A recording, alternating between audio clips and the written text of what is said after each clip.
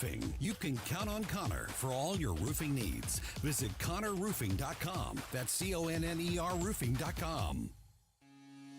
Vic Porcelli. Come on, you're Italian. You understand. Every day is a busy day all of a sudden. You talking to me?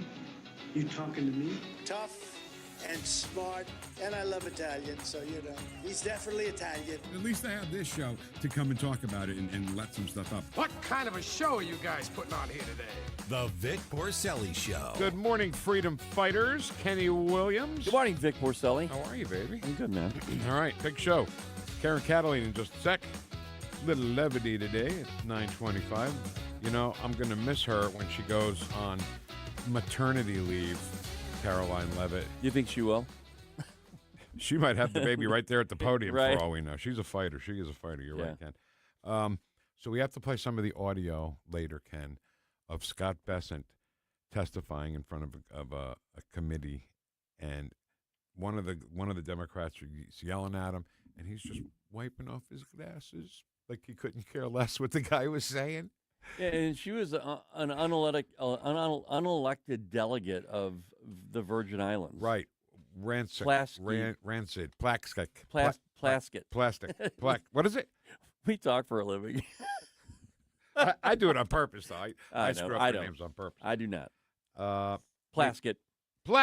Yeah, and mine's a basket. Okay, and she's like, she was so. To me, it was like, well, we'll talk about it later. Yeah. Yeah. Nate Lucas at 10:05 from Eric Burlison's office. Porcelli's Deli. Tim Murphy is going to be by with a great book called The Christ Cure: 10 Biblical Ways to Heal from Trauma, Tragedy, and PTSD. And the chat box is 1141. Ken, who's doing the Pledge of Allegiance? Well, from Chesterfield KFC, the KFC, Don Mueller. Okay, Don, go right ahead. Pledge allegiance to the flag of the United States of America and to the republic for which it stands, one nation, under God, indivisible, with liberty and justice for all. Okay, so April 7th, big day. That's the school board election day. And, Ken, these elections in April, I think, are hurting the whole process instead of helping, because when you think of election, what month do you think of? November. Right, so does everybody else. Yeah. There are people who let the election just go by because they're like, well, it's April, what election? So tonight there's a great big thing happening for all the conservatives that are on school board elections, and the Francis Howell School Board, Jane Pushkar and Lauren Greenwood, great friends of ours. So support Jane and Lauren. So the Savannah Guthrie's mother case, boy, they finally put up police tape around the house. Yeah. After a week. She read that tearful thing, which was written for her, don't you think? I think so, because she is so beside herself, and I couldn't watch it, Vic. Yeah, I couldn't either. Keywords in it. You know that law enforcement wrote it? Yes. Because they're smart. So, and I feel bad for her. I really do. I mean, I don't hate her. I just, I don't agree with her politically, and that's got nothing to do with anything right now. Nothing. Finding her mother is what we do. Exactly right. All right, guys, let's go. Karen Kataline, I believe, is I'm a little. I'm sorry, I am too, Ken. No worries. Yeah. No? I can't. Here it is. The one and only Karen Kataline. Did you know that I'm married to a trucker? I feel like using a Yiddish word, famished. Spoiling in front of my computer, I am. They're just too dumb to lie. He has the effect of 6 shots of scotch. Do we get a cab? What do we do? Maybe Uber? A lot of people like Uber. Uber Black is another one, people. That's a better. You might get a sedan, an SUV. You ever get into that guy's car? He's so proud of his candy. As soon as you get in, I got candy if you want. I got it in the sheet. I got gum, Jolly Rancher. I got iPhone 3, 4, 5, 6 charge. I got iPhone 9. It's not out, but I have if you need it. What? These are weird experiences. You get in an Uber, they're rating you. You're rating them. Everybody's on some weird fake behavior. As soon as you get in, you have to ask. You feel like, okay, I gotta. How long have you been doing Uber?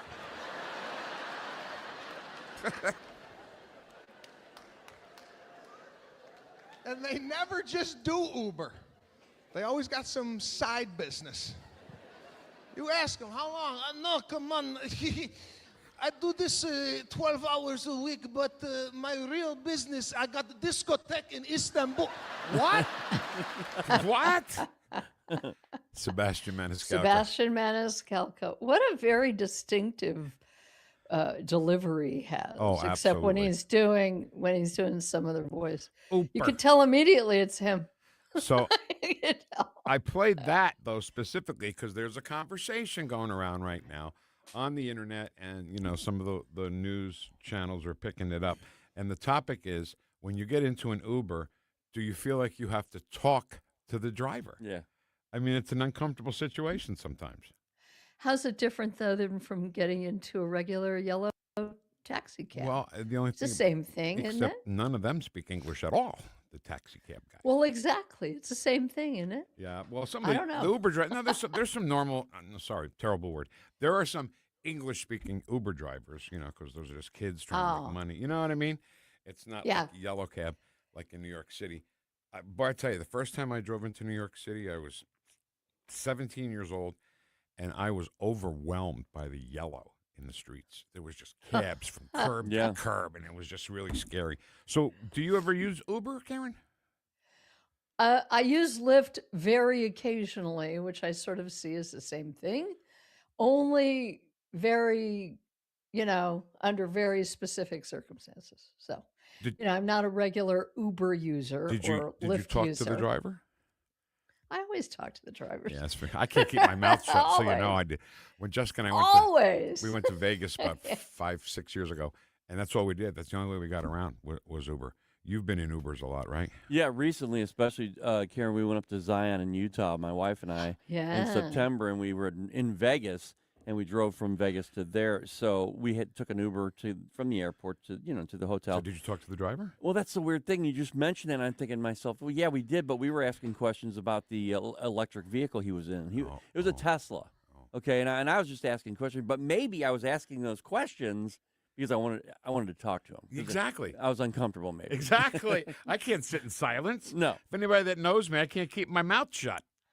Well, it's such a wonderful opportunity to find out what, someone who lives wherever you are thinks about things. Yeah. You could do your own little poll. What do you think about this? What do you think about that? And so forth. I did it when I took that trip to New York conference. I took some lifts and other things. It was fun. Yeah. It's fun. I got Kendi, I got Jolly Rancher, I got gum. Anyway, that's to make you comfortable so you get a better rating. But he's right. It's a weird situation. Yeah. They're rating you, you're rating them. So how long have you been going Uber? Well, they're doing something else. It's kind of like most of the bartenders in New York It's got or in discotheque LA. in Istanbul. They're all writing screenplays. Right. All right, Karen. So let's talk about this Nancy Guthrie story. I mean, it's been weird. I don't think we've had the chance to talk about this, have we? No, because it's just sort of exploded. You know that when Fox starts doing wall-to-wall coverage and Nancy Grace is commenting on it, that they're gonna try. Please understand what I'm about to say. They're gonna try to turn it into a long-term O.J. Simpson case if it has the same twists and turns. It might. But I do want to say this. I love listening to you guys before I come on, and I was, of course, listening to you in the wings, and you and Ken are just so great. When you said, I don't agree with Nancy Grace, but on politically, but that doesn't matter at all because we care about her and we're hoping that she'll find her mom and her mom will be okay. And herein, because I am going to be political, herein lies the fundamental difference between conservatives and leftists, of which most of the Democrat Party are now. They cannot. You asked me to talk a little bit about that letter to the left. because I didn't have it all pulled up, and of course now I did all my homework. Yeah. Yay. And and one of the biggest complaints that she has, and which she realized, is that she realized that bit by bit she had become radicalized. She became radicalized because there was no middle ground on any issue at all. And if she asked a question, so wonderful, the moment of clarity, I wrote, didn't arrive dramatically. It crept in through the small, uncomfortable questions I started asking myself. Why was I so certain? How come everything was so black and white? And then what she got back, which is, you've gone right wing. Lies were constructed about my motives. It didn't matter that I was asking questions in good faith. So this issue is a perfect example of how conservatives can, for the most part, this is a generalization, we set aside, we have contexts for things, and we want her to be okay. We don't cheer that she has encountered a terrible tragedy, and we don't cheer when leftists, God forbid, die trying to stick up for Hamas and trying to stick up for criminal illegal aliens. We actually can walk and chew gum at the same time. Oddly enough, that's what they told us when they were lecturing us, that criminals weren't all bad and we should have nuances. So yet again, they become what they accused others of being. Okay, I'm done. No, I love it. So you're right, though, because if it were a conservative anchor's mother, yes, right, NBC would cover it and say, "Die, bitch." But we're just trying to be human about the whole thing. And they would either overlook or secretly cheer the people who do their bidding and who incite that kind of irrational hatred. Yeah, that gets cheered and rewarded. Irrational hatred. Case in point, Charlie Kirk. Oh, exactly. Yeah, when that happened in particular, I got on social media and I was shocked. I was stunned. I was actually I was without words, Karen. When I saw some of the responses, I'm thinking to myself, who are these? Are these human beings we're looking at here? I mean, it was so. And how did they get that way under our noses? Exactly. Right? That's right. And it was so prevalent, though. That was the big thing for me, is that they were all talking that way. And I'm like, you people need to wake up, because that's not a good way to react as a human being. Yeah, they're terrible people. Yeah. All right, so we got to talk about a couple of things here we got to squeeze in. That Tina Peters, was that her name? Tina Peters? Tina Peters, right. Can we hit that real quick? Did a little homework on that, too. This is very, very cursory and limited. But Tina Peters was the elected county clerk and recorder of Mesa County, Colorado. That role made her responsible for administering elections and safeguarding voting equipment. Okay, so she had done an event with the My Pillow guy about election fraud, and she is charged with allowing unauthorized people to access Mesa County's voting system, and later leaked copies of election system data. Prosecutors said she did this deliberately, bypassing security rules. What she was doing was trying to expose election fraud by the Secretary of State. And so they went after her with both barrels. And the hard part is that when you even look up Tina Peters, she's sitting in a Colorado state prison right now, was given 9 years. She's over 70. She was assaulted in prison. Even Trump could not pardon her out of prison. And there's a lot more to the case, and I didn't want to get down into the weeds because I'm not an expert. I haven't been watching it very carefully. But what I do know is that if you have any concern at all in a place like Colorado that has been totally taken over by leftist secretaries of state and leftist election officials and judges, that the fox is guarding the chicken house, which is the whole reason she did what she did in the first place, you'll find that explanation most of the explanations online, which the left flooded.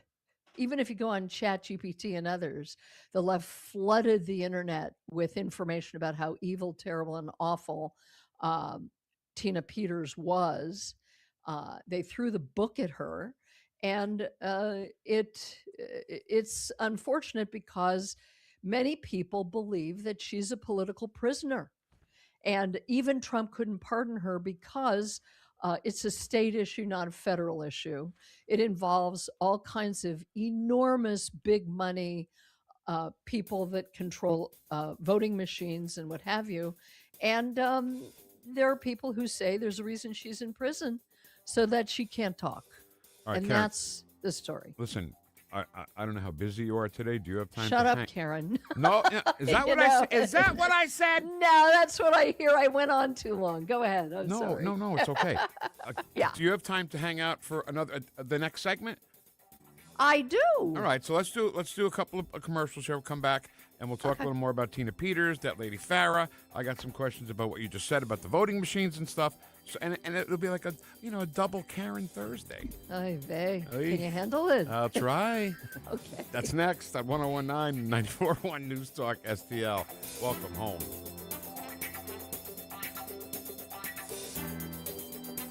Stream the Vic Porcelli Show at NewstalkSTL. The Vic Porcelli Show. The big lie is a lot of bullshit. That's what it is. On NewstalkSTL. 1019 and 94.1 NewstalkSTL. Live and local. Listen to what those local folks are telling you. NewstalkSTL. Producer Joey V from the Tim Jones and Chris Arps show here, reminding you don't waste a buck on movies that suck. Tune in to Joey V's Movies, Fridays at 5:45 for reviews you can trust. Brought to you by Harry J. Steakhouse and Ami's Pizza.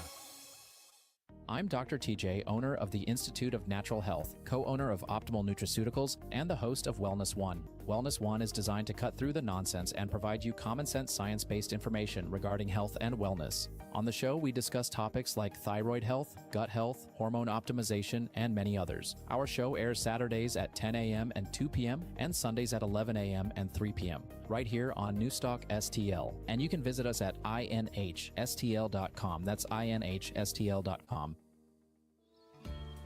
There's something magical about walking into your backyard and knowing your family is completely safe and secure. Hi, I'm Sean Long, owner of STL Fenced Works. That's the feeling my team and I have been creating for metro area families for more than 50 years.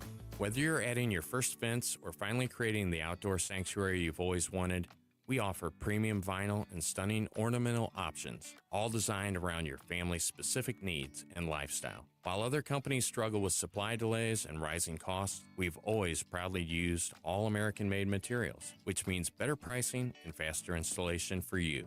Our experienced craftsmen exemplify our motto, your satisfaction is our passion. From Warrenton to Wildwood, your neighbors trust us because we live here too. And we care about your project as much as you do. Right now is the golden time to build with flexible financing options and a commitment to completing your fence on time and on budget. Visit stlfenceworks.com.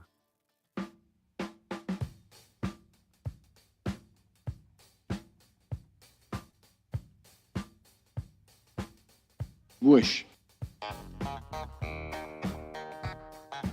Talk lines are open now at 314-912-1019. Hi, it's Barrett, but as Vic says, the grasser grandson. Hey, it's good to see you. Now back to Vic and Ken on the Vic Porcelli Show on News Talk STL. Thank you, Grasser grandson. Appreciate that. Let me tell you, nobody does it better than Ken Williams over there. Well done, Kenny. Thanks, Vic. All right, so we asked Kataline to come back and talk some more. Surprisingly, she said, "Sure, I'll talk more." No, I'm just kidding. I'm kidding. Kidding. You there? I'm here. Just a joke. just a little joke. All right. I so could take a joke. The 2020 election. You have played your fair amount of poker, have you not?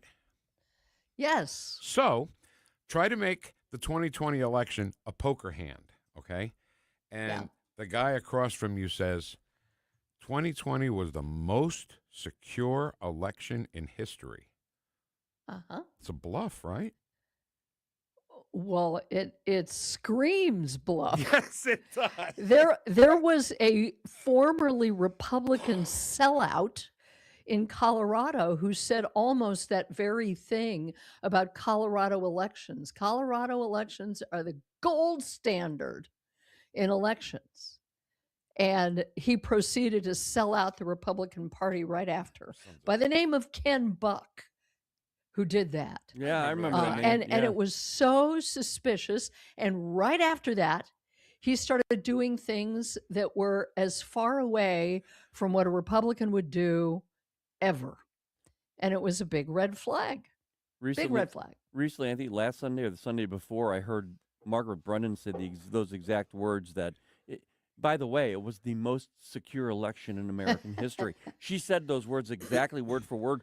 I think she might have been talking about to VP Vance at the time. They got the and then he was referring to the 2020 election. She said, by the way, the 2020 election was the most secure election in American history. VP Vance said that? No, Margaret. She said it. Oh. Well, that they got the memo because they all get the memo on the exact words they're supposed to use to flood. I just got through saying that, to flood the internet and to give the zombie cult member leftists their marching orders as to what they're supposed to say. Yes. That's how it works, and they get away with it because, yeah. Well, okay, it was the most secure election, right? If they said, I mean, if it was a Jewish guy talking about, it was secure, it was secure, it was good, it was accurate. But the most secure, when I heard the most secure in 200 years, oh my God, did I know that it was the exact opposite. We had not invented Edstoit yet, Ken. Yeah. But that was Edstoit. Yeah. Everything Democrats say, the opposite is true. I'll tell you the thing that immediately was the biggest red flag for me. And there was a whole list of them, and they were so predictable, and I kept wondering, why isn't anybody seeing this? You don't have to be a rocket scientist to see this.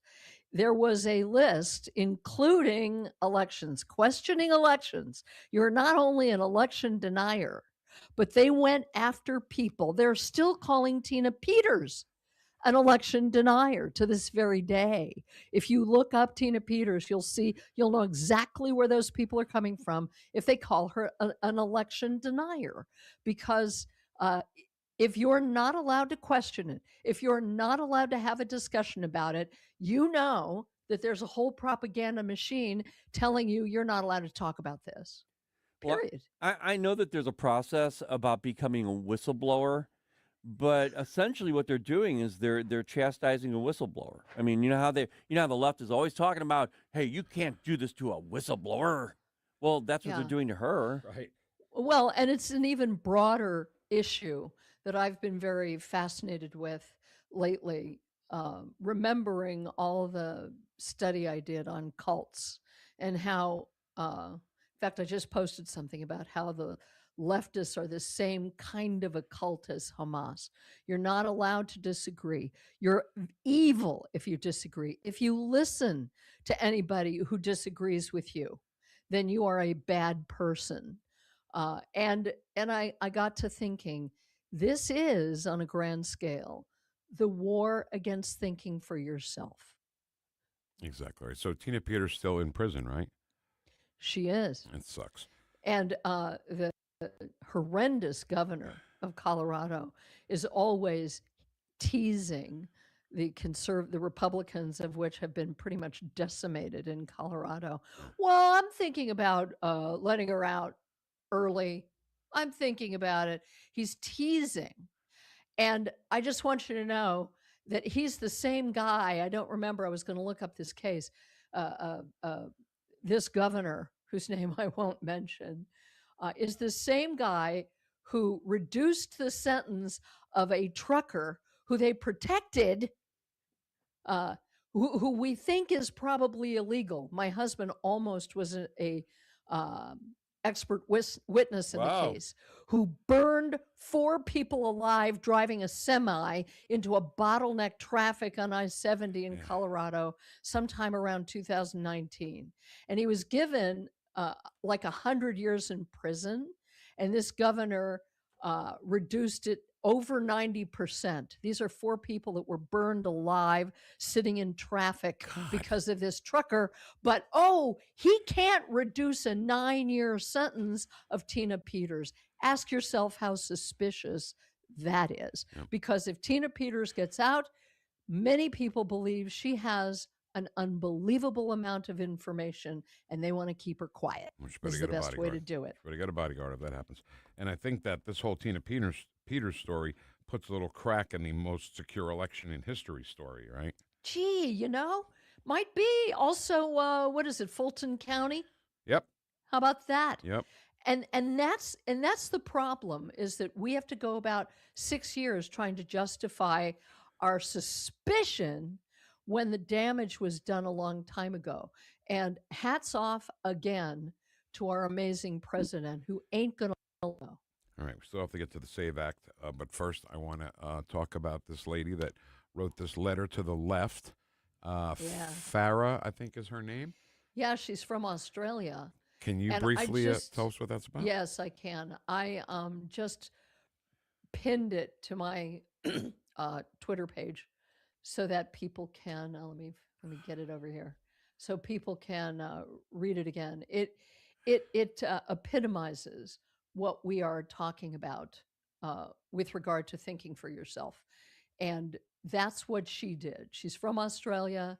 She was one of them. She was a leftist. And she said, I highlighted a couple of these things.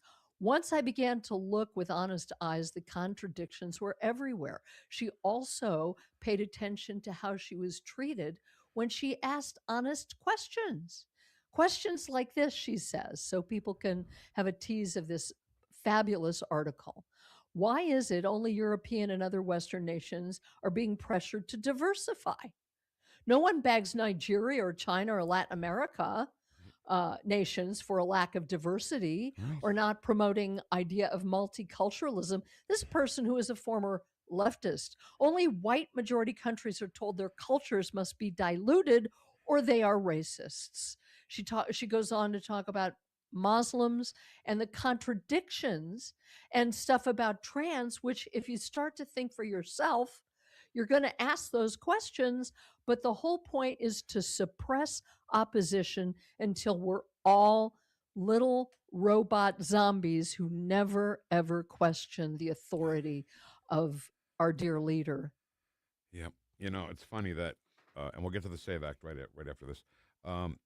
Do you remember Julia Sweeney from Saturday Night Live? She had a character called Pat. Yeah. Yes. And in the movie, this black guy, says to her, "Are you a brother or a sister?" And she says, "I'm an only child." Even that would be anti-trans today. Exactly. You can't laugh at it. You're not allowed to joke about it. And it was common sense to joke about it. Yeah. But not anymore. All right. Supposedly. So everything we've talked about here, right?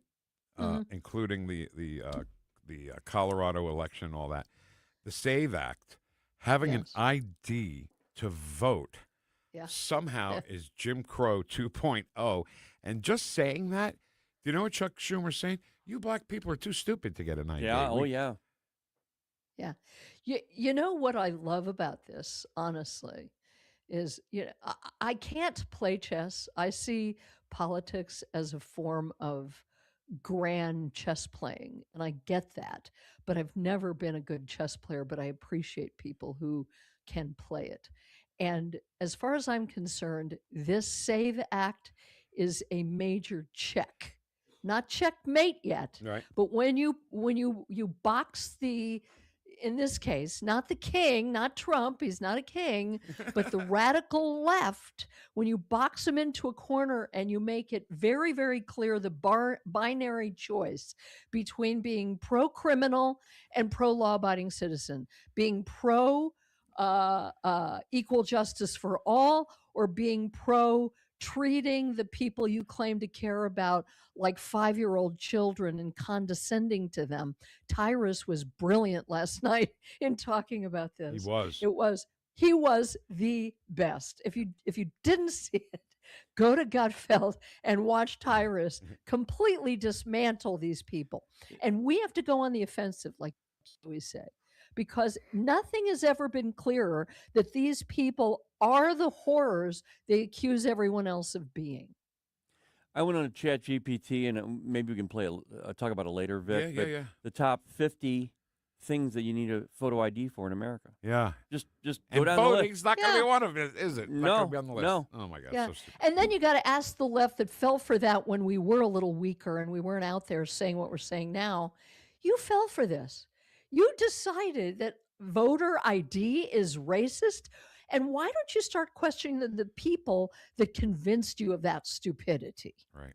Exactly right. Well, my problem with the whole thing is the Republicans' weak-kneed approach to it. They should be saying, look, it's an 80-20 issue in this country on both sides. Right. On Democrat, That's right. 75% of black people are for voter ID. Yeah, but I mean, it is right. across the board, so the Republicans should be saying, you guys need to sit down. We're voting it in right now. Fantastic. Pardon me if I'm suspicious of the weak-kneed Republicans, too. Who's paying them off? It doesn't mean everybody has to march in lockstep, but if you're voting against an 80-20 issue, like the so-called never-Trumpers who would choose socialism over Donald Trump because they hate him like poison, then you have to ask yourself, who's greasing their palms? Exactly right. All right, as much as we'd love to, we can't do a third segment here, Karen. So. Boy, that went so fast. It did. It did. All right, have listen, a great weekend, you enjoy, guys. Enjoy the Super Bowl. You got a pick for the Super Bowl? Seahawks or Patriots? No. Broncos. That's There you go. Go Broncos. Thanks, Karen. We love you. Okay. All right. See you. Bye. Speak, Karen. I think that was important to have her twice. Oh, absolutely. We can never cover everything we want to cover with her. Did you ever hear about that Tina Peters thing before Karen brought it up? No. I had never heard of it at all. I read an article, but I was like, yeah. But because I didn't know about it. I didn't know what it was. How Jewish can you do that? Hope my age is accurate. I'm always accurate about my age. Yeah. All right, so we called Kataline Leavitt. She said fine, just moving back one Yeah, spot. it was fine. She's good with it. So a little levity with Kataline Leavitt. That's next on 101.9 and 94.1 News Talk STL. Welcome home. Like and subscribe to us on Rumble. News Talk STL. Whoosh.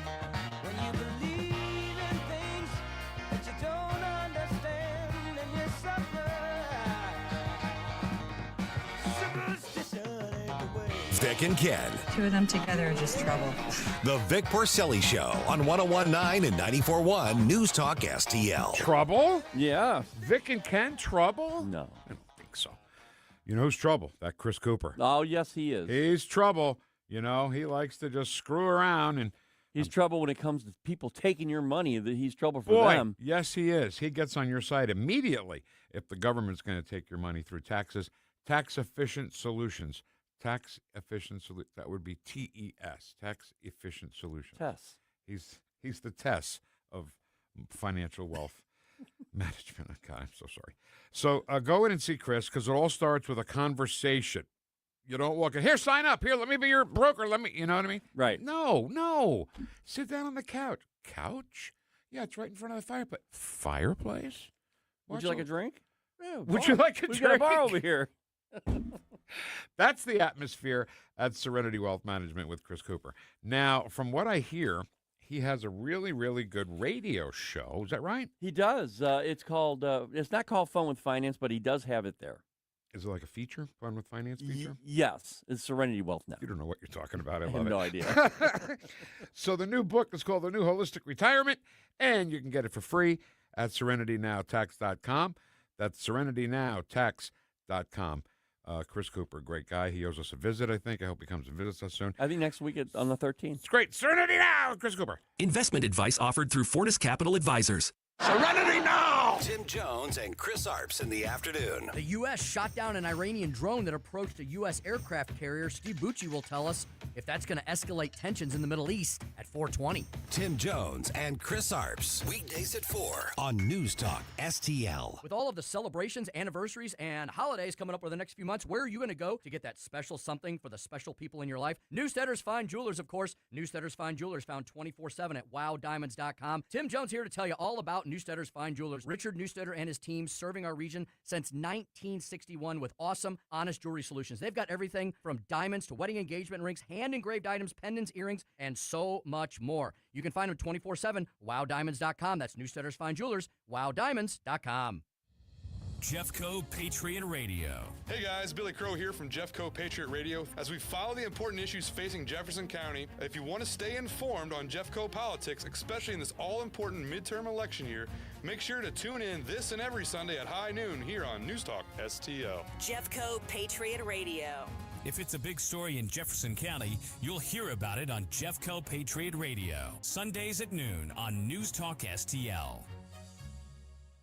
Hey, it's Susie Moore. If new flooring makes you think hassle, think again, because Michael's Flooring is changing the game. For over 30 years, Michael's has been locally owned and trusted for quality, variety, and amazing service. Whether it's carpet, hardwood, laminate, luxury vinyl, or ceramic tile, their expert team makes installing new floors exciting, not stressful. That's why customers keep coming back. Visit Michael's Flooring at St. Peter's, Starting Prairie, Creve Coeur, or online at igotfloored.com. That's igotfloored.com. The news and talk We have ICE agents throughout our state who are creating chaos that matters to St. Louis. We are enforcing federal law. We do not need this to escalate any further. This is 101.9 and 94.1 News Talk STL. This hour, the Vic Porcelli Show, brought to you by Connor Roofing. You can count on Connor for all your roofing needs. Visit ConnorRoofing.com. That's CONNER Roofing.com.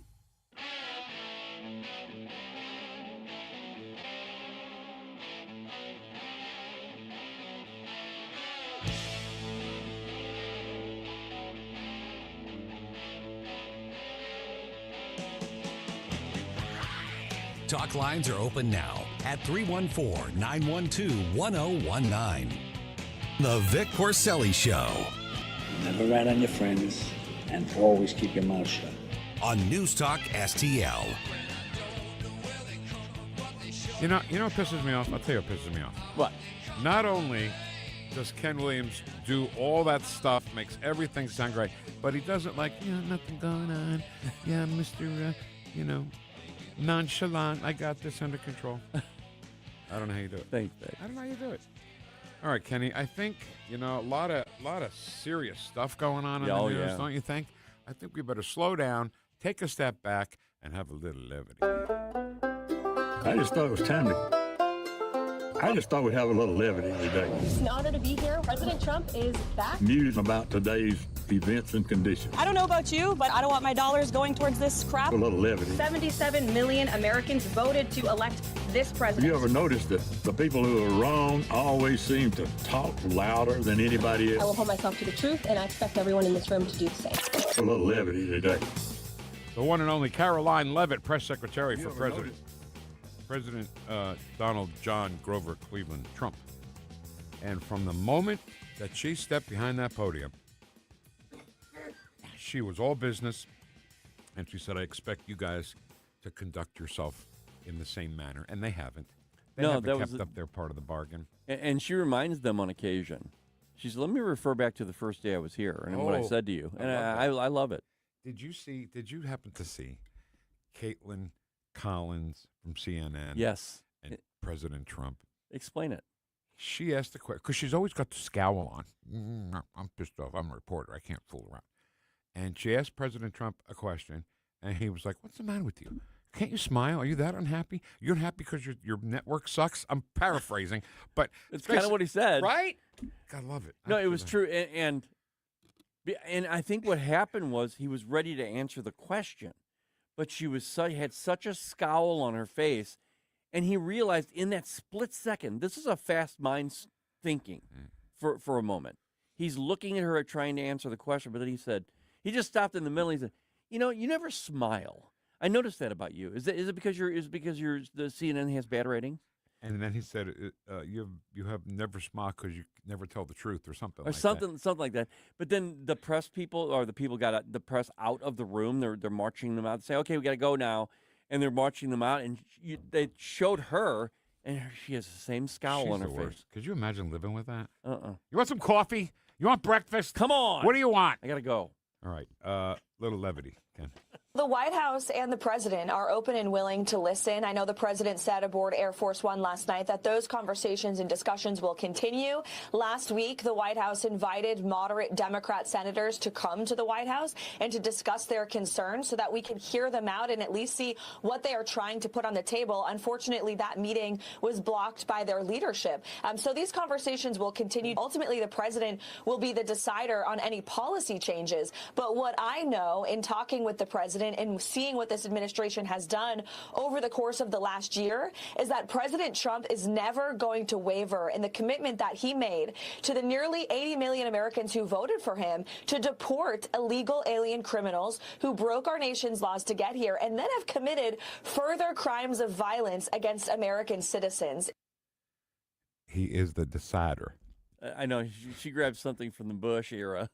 I am the decider. Decider is a word, by the way. It's not like, a decider, a person, entity, or final game that settles a dispute or makes a definitive choice. So I am the decider. Right. Just a decision maker. Right. Right. It gets done quicker. She doesn't have time for decision making. Yeah, that's too long. It's too much to do. Yes. Too much to talk about. All right, so let's hear one from, Donald Trump is divisive, isn't he? Oh. God, he's so divisive. Oh. Yet, why would he want to unify the country? Oh, levity. Does the president talk about that with you? Has he talked about efforts to unify the country? Hold on. Absolutely, Maria. He talks about that quite often. That was and first Maria of all, I want Bartiromo. to say congratulations to Mrs. Trump, our beautiful, wonderful, classy First Lady, on the debut of her documentary film. I know that it's a blockbuster movie in theaters now, and it's a really a great example of what the First Lady is truly like behind the scenes. And she has a great influence on the president. And as you heard from her in that clip with you, yes, the president wants to unify the country. And I know the president feels the best way to do that is by bringing people together through prosperity and safety. And if Americans are living in safe communities, if they have more money in their pockets, if Americans are given the real chance to live the American dream, that's ultimately how we are going to unify the country. And that's what the president is working towards every day. So he tries to unify the country. And then somebody on a left-wing media outlet says something vile, and then we're back to being divided again. But it's not President Trump who's doing it. It's the left who's dividing the country, Ken. I would love for a Democrat no, let's do this. I would love for a Trump hater, somebody with TDS, call us right now at 314-912-1019 and explain to us that situation, because I want them to tell me how he's the great divider, how he is. Give me some examples, and then I'll show you how he's trying to unite the country. Let's use an example of tax cuts. Is the tax cuts just for people who voted Republican? No. Oh, well, who are they for? Everybody. No, come on. No, even if you're a Democrat, even if you're the worst agitator that's in Minneapolis right now. Shut your face. As long as you're paying taxes. Yeah. Yeah. I don't know. I will never get it. I will never get it. He does the tax cuts, right? Safety. You talked about safety. I think our country is way more secure now than it was during the Biden administration, correct? Oh, they're proving it every single day with stats, with facts. This is the thing, is that conservatives have facts on their sides. Democrats do not. They never do. They never do. All right. We done with that? Yeah. Okay. I don't know if you want to talk more about that. So the Democrats, again, divisive, violent language, inciting violence against ICE, by saying these stupid things. ICE and Border Patrol are true patriots. They need to be respected. The Democrats need to agree to stop demonizing them. We've heard despicable rhetoric from people on the left comparing ICE to the Nazi Gestapo, Donald Trump's police force. That is egregious language that has led to the increase in violence, threats, and attacks against ICE agents who are brave men and women who put on the uniform to enforce our nation's immigration laws. Couple things on that, Ken. Last night, it was somebody on our side. I can't remember who it was. But they said it was let me see your papers. Do you have your papers? Yes. Right? And they're purposely using, the left is, phrases and words from the Third Reich. And it's not an accurate depiction of what's happening now. No, it's divisive, but that's the goal. See, this is if things were running smoothly like they should, okay, let's take it, for example, in a red state, in a red city. ICE is there. ICE is in every city in the country, by the way, everyone. But why is it only happening in Minneapolis? Because of the policies that Tim Walz sent down to AG, what's-his-face, Keith Ellison. Oh, yeah. And then the Mayor Fry. You know, he said, okay, here's what we need to do here because we need to deflect. We need division. That's why those people got killed. It was not because of those ICE agents being there. It was because they did not allow the ICE agents to go into the jails without being out in public, going into the jails and getting these illegal aliens. They said, no, we're not gonna work with you. Well, guess what? 2 people died because of them. So, Ken, is our side just stupid? Are we just stupid? Because when somebody talks about papers, you should stop them right there and say, nobody is asking anybody for their papers. They're asking for your ID, which you would have to show. It's really, truly just walking down the street before all this. As a U.S. citizen, guy who was born here, me, my father said you always have ID with you, always. If a cop stops you, he can ask you for ID. As important as what you just said is, and it's true, you wrote an article about it, Vic. I did. It's not just one thing. Right. It's so many things. Right. You would have to sit there. The Democrats have so few facts and things on their side to help the American people. They're just throwing out a bunch of lies, and you'd have to sit there and say, "Oh, wait, stop. Oh, wait, stop." Can I appreciate? I can't. I appreciate you bringing up the article that I wrote, and I got to tell you that a lot of that thinking that went into me writing this piece. Can we find that anywhere? By the way, is it on NewstalkSTL.com? What? The piece I wrote. I'd have to look, Vic. I don't really know right now. We'll make it available for you, or you know what? I'll just put it up somewhere and you can just download it. But the point is that don't compare Donald Trump to Adolf Hitler.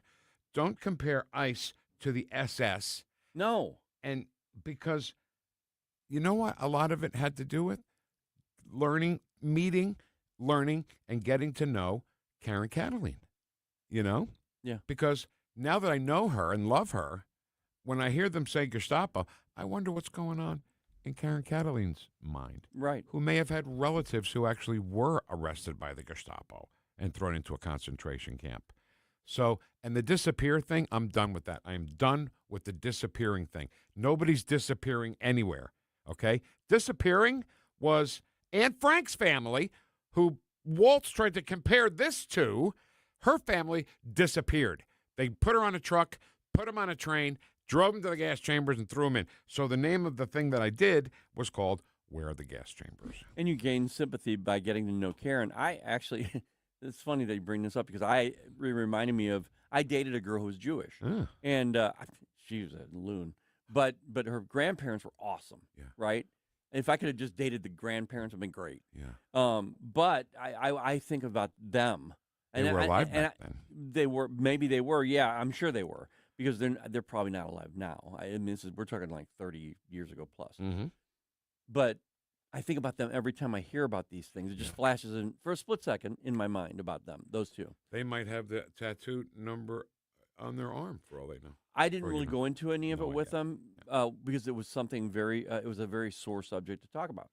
So getting back to divisive or unifying, U.S. Representative Jerry Nadler, we all know Jerry Nadler, he said it would be justified in shooting immigration and customs enforcement agents if they believed they were masked hoodlums attacking them.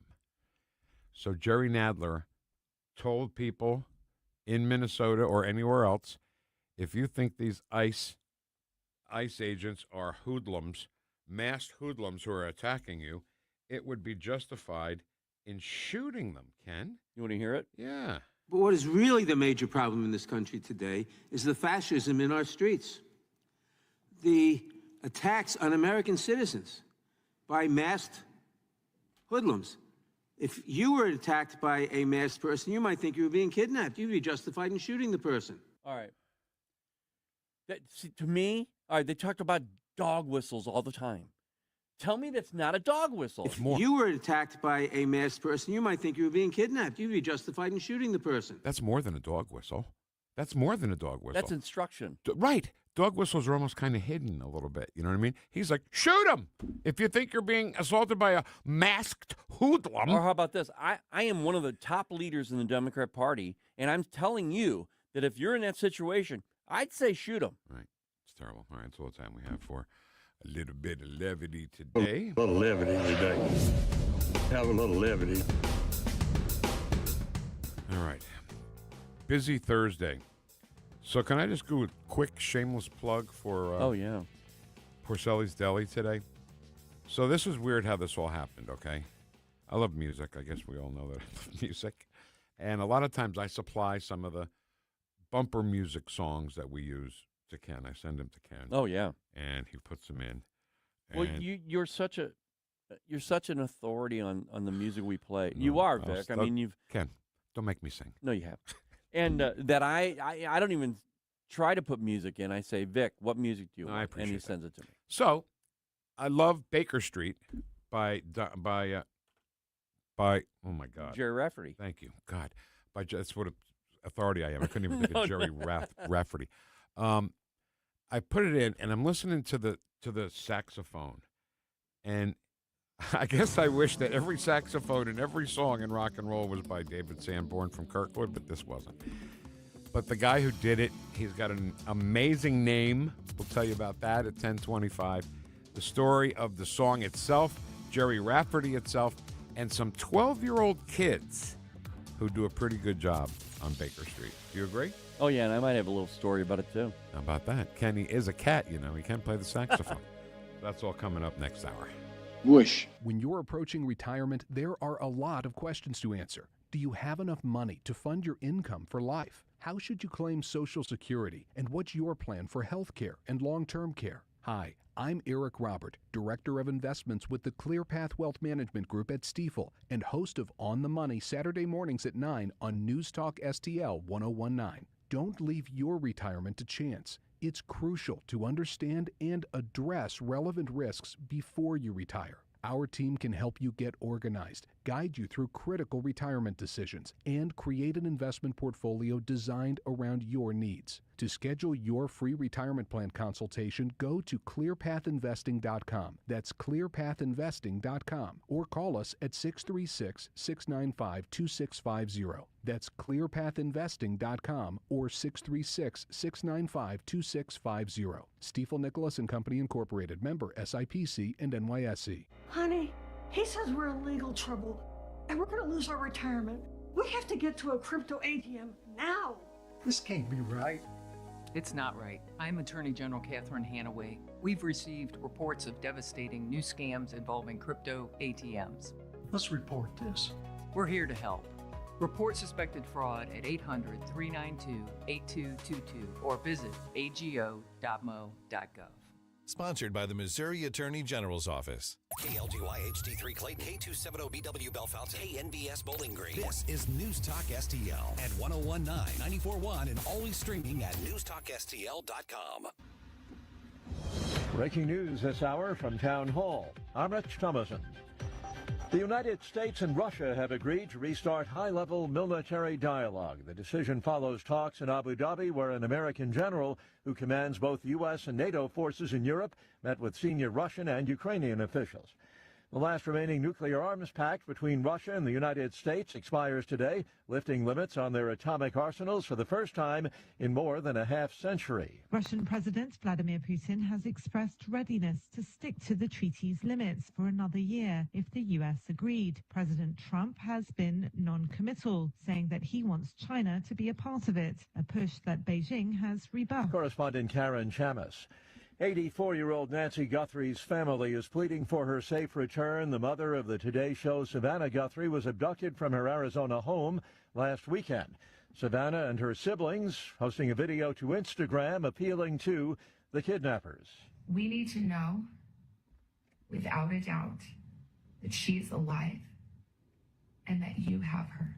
The family posted the message Wednesday after police conducted a search in and around Nancy Guthrie's home for several hours. Mommy, The Today Show host also with a message for her mother. you are God's precious daughter, Nancy. We believe and know that even in this valley, He is with you. I'm Ben Thomas. All of the patients were safely evacuated following last night's fire at the Orthopedic Institute of Lehigh Valley Hospital, Dixon City, Pennsylvania, just to the north of Scranton. Sell-off is underway this morning on Wall Street, with the Dow down about 582 points. The NASDAQ Composite Index is off 361. That's a loss of about 1.5%. More on these stories, townhall.com. This President's Day, Pure Talk is honoring Jackson and Lincoln by offering unlimited talk, text, and plenty of data for just $25 a month.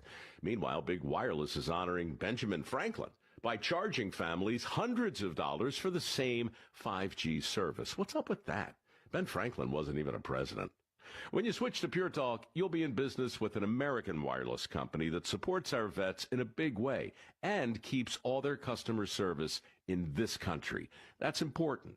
And you'll be on the same towers the big carriers use, so you'll get the same 5G service without the inflated price. So hang on to your Benjamins and switch to Pure Talk for a Jackson and a Lincoln. No contract, no hidden fees. Dial pound 250, say Mike Rowe, and you'll get 50% off your first month when you switch. That's pound 250, Mike Rowe, for an American wireless company that is truly unprecedented. This hour of News Talk STL is brought to you by Rodney and Jen Wallner and the entire Wallner home selling team at Berkshire Hathaway. Call them today at 314-810-SOLD.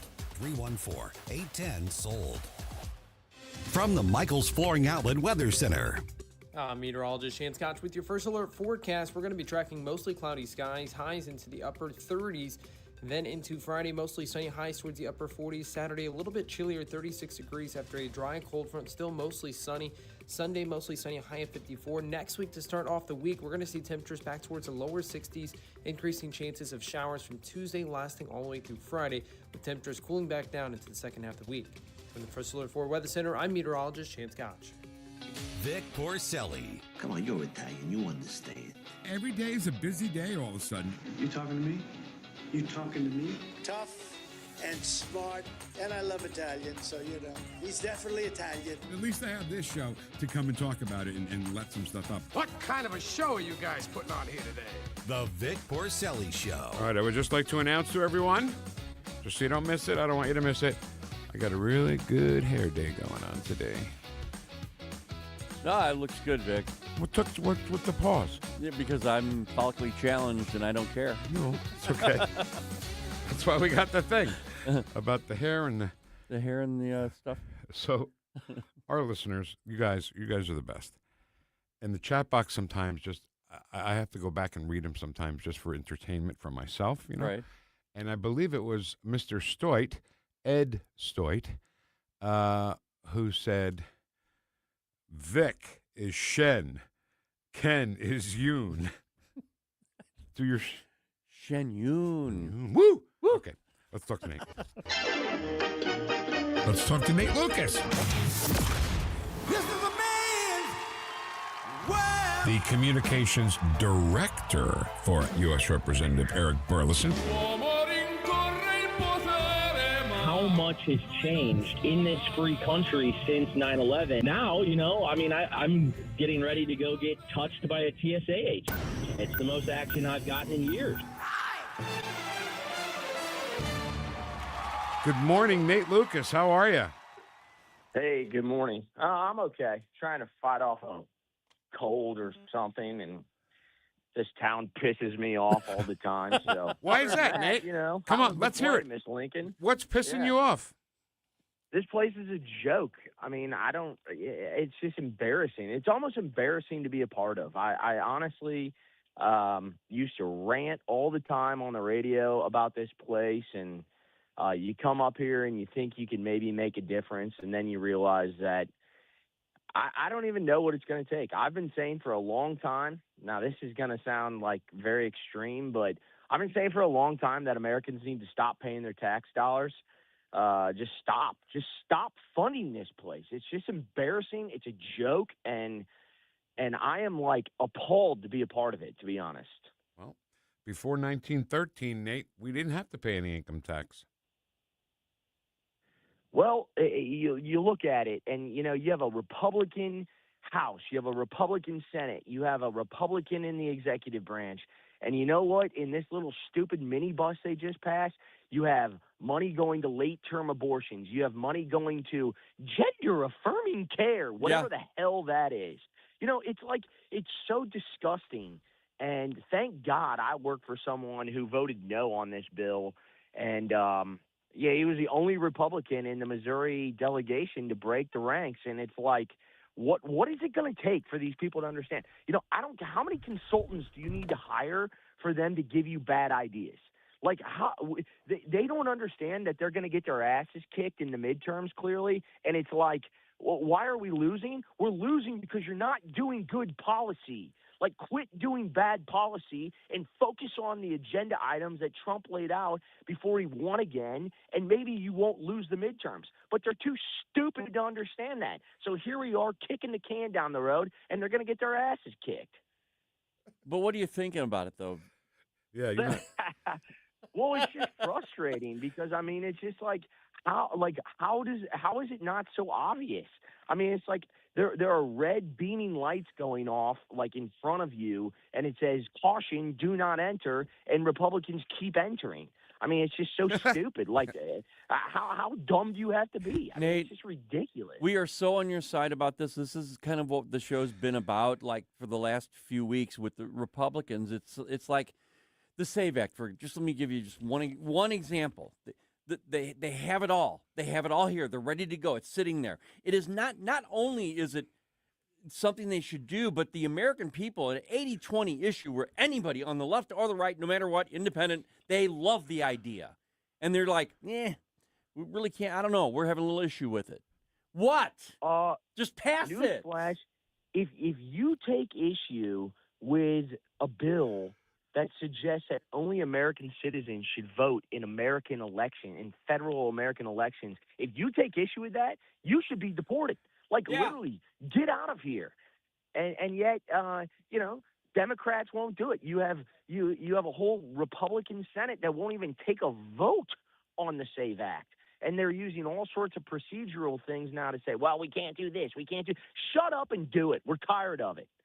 Got it, Nate. I got you scaring me, so I'm sure you'll scare them. No, I'm pissed off. I know. So allow me to piss you off a little more. Yeah. Okay? The SAVE Act also calls for ID to vote, right?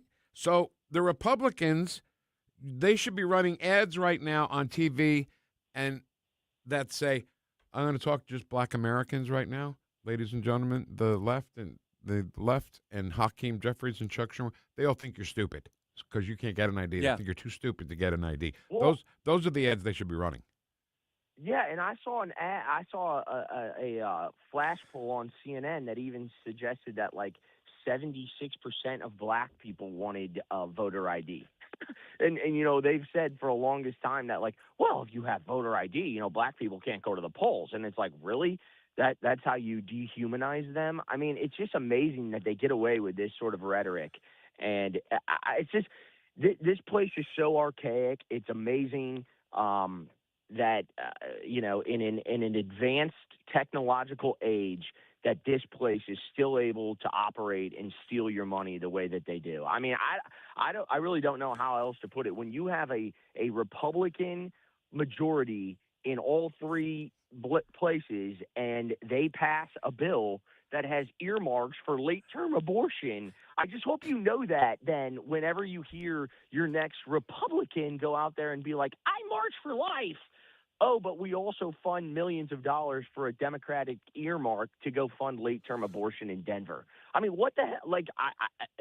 I'm at a loss for words. I got you, baby. I got you. So we're listening to Nate Lucas. He is the communications director for U.S. Representative Eric Burlison. You got a good brand today. You got a really, really unique brand today. That's what we want every Thursday. I know. I even stepped outside for this. Could we do 32 again? No, I know we just played it. So I always wonder, Nate, why it's okay only for some people in the Senate, in the House, in government at all.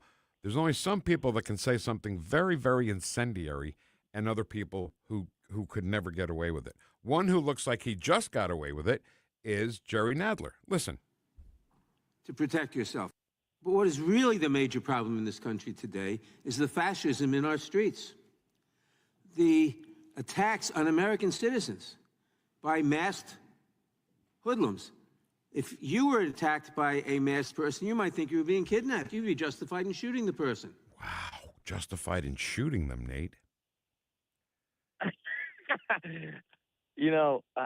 Jerry Nadler is such a creepy human being. I mean, you just if when you walk past somebody on the street and you just look at them and you go, something ain't right there. That's Jerry Nadler. I mean, there's just something not right with this guy, and it begs the question, like, who would sign up for this job? And I always go back to high school when I think about who actually would do a job like this. And it's like the people who ran for student government, and it was like, I don't ever want to be a part of that. And that was probably Jerry Nadler in 7th grade, as he stuffed his face with 14 corn dogs. He was probably plotting a way to have power over people. I mean, look at him. I wear my belt on my fupa. I mean, that's what Jerry Nadler is. And really what he is just a gnat for the entire United States of America. And the world can't wait until he disappears. You know what, Nate? We talked about this yesterday briefly, but I want to get your take on it. Any loss of life is terrible, even if it's not somebody that's on our side or somebody that we root for. Yeah, it doesn't matter. Yeah. We just don't want to see loss of life. So during these ICE protests and fighting back from ICE officers, 2 people were killed, right? Well, 2 people are killed every night in St. Louis, every night, and nobody cares. Uh-huh. Of course they don't care. You think they care about people getting killed in St. Louis? They don't care. They just want drama and chaos, and that's exactly what they plot. I mean, look at the leaders in St. Louis. This is exactly who they elect, and this is exactly what they deserve. You elect stupid people, you get stupid results, and that's what the city of St. Louis is currently dealing with. And so until they shift that until we get better leaders elected in St. Louis, you're going to keep getting people killed in St. Louis. I mean, people always want to blame Stan Kroenke. I was having this conversation yesterday. Blame Stan Kroenke for the Rams leaving St. Louis. You know what led Stan Kroenke to be enabled to get the Rams out of St. Louis? Are stupid-ass politicians. They screw it up every single time. The city of St. Louis has screwed it up multiple times, and that's why you don't have an NFL franchise in St. Louis, and that's why you lost an NFL franchise in Kansas City to Kansas. It's not because the owners want to leave. It's because the politicians are so stupid, and that's the world that we live in, and we keep electing them. So until we change that, until we elect better people, you're going to keep getting bad policies. I'm the biggest hater of Stan Kroenke, but I have to agree with you. The guy wanted a state-of-the-art, top-of-the-line, nothing come close to his stadium type of stadium, and St. Louis couldn't deliver it because they didn't have the city to be able to do so. They knew when they came to St. Louis that in 20 years it was in the bylaw of the contract of the Dome that it had to be in the top whatever percentage of stadiums in the NFL. And they let that, rat-infested Dome become a complete you-know-what hole. I mean, it's just embarrassing that then people come around and you have people like Randy Carricker blasting off on the radio like, oh, Stan, he goes to a city town hall meeting and cries. I mean, a radio host went to a town hall meeting and cried over Stan Kroenke. It's not Stan Kroenke. It's the stupid Democrats that you keep electing to your dumbass city. That's the issue. Since 1949, everybody. There you go. And then people wonder, why is the city of St. Louis not improving? Well, maybe because you keep electing people that want to kill you. Maybe that's why. Yeah. Love all this. All right. This is a very explosive interview. I hope it goes viral. First of all, let me correct you. This is not an interview, is it? This is a conversation. Yeah. Oh, this is a conversation. We just talk, Nate. We don't have interviews. We have conversations. And you are kicking ass here today. So kicking ass and taking names, yes, baby. sir. That's sir. So just very briefly, Nate, the Savannah Guthrie story, the mother of her, I think Trump calling her was a very nice thing to do, right? Yeah, I think so. Look, this is a tragic story. I mean, I don't care who you are. You can have great despise for someone, but the fact that, like, her mother was somehow abducted, I don't know. I mean, I actually was tuned in earlier this week when you all had, I think it was Tony Kinnett on from the Daily Signal or whatever he does. And I was listening to y'all, and I mean, the whole story is just like super bizarre. I can't really wrap my head around it, but what also is shocking, like, someone has to explain to me, your daughter is a multi-millionaire top host for NBC, and your mom lives in a place and, like, doesn't have a Ring camera. I mean, I'm not like for Ring cameras, but like, how is that even feasible? You would think there would be some security set up to where there would at least be some video evidence of, like, who broke in. But I mean, the whole thing, you guys tell me if I'm wrong, but the whole thing is just, like, nuts. It's really bizarre. I just thought, I thought it was a nice step for President Trump to call her.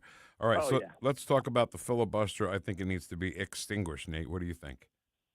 I think so, too. I mean, we keep playing these games where it's like, Republicans want to play this. Have you ever seen the George Carlin skit between football and baseball? Absolutely. In baseball, they just want to go home. Right. There's no better comparison than that for, like, using it as an analogy for Republicans and Democrats. Democrats are the air raid offense. They're going to take you down, throw the deep ball, Hail Mary, and kill you. And Republicans are like, we're going to bunt.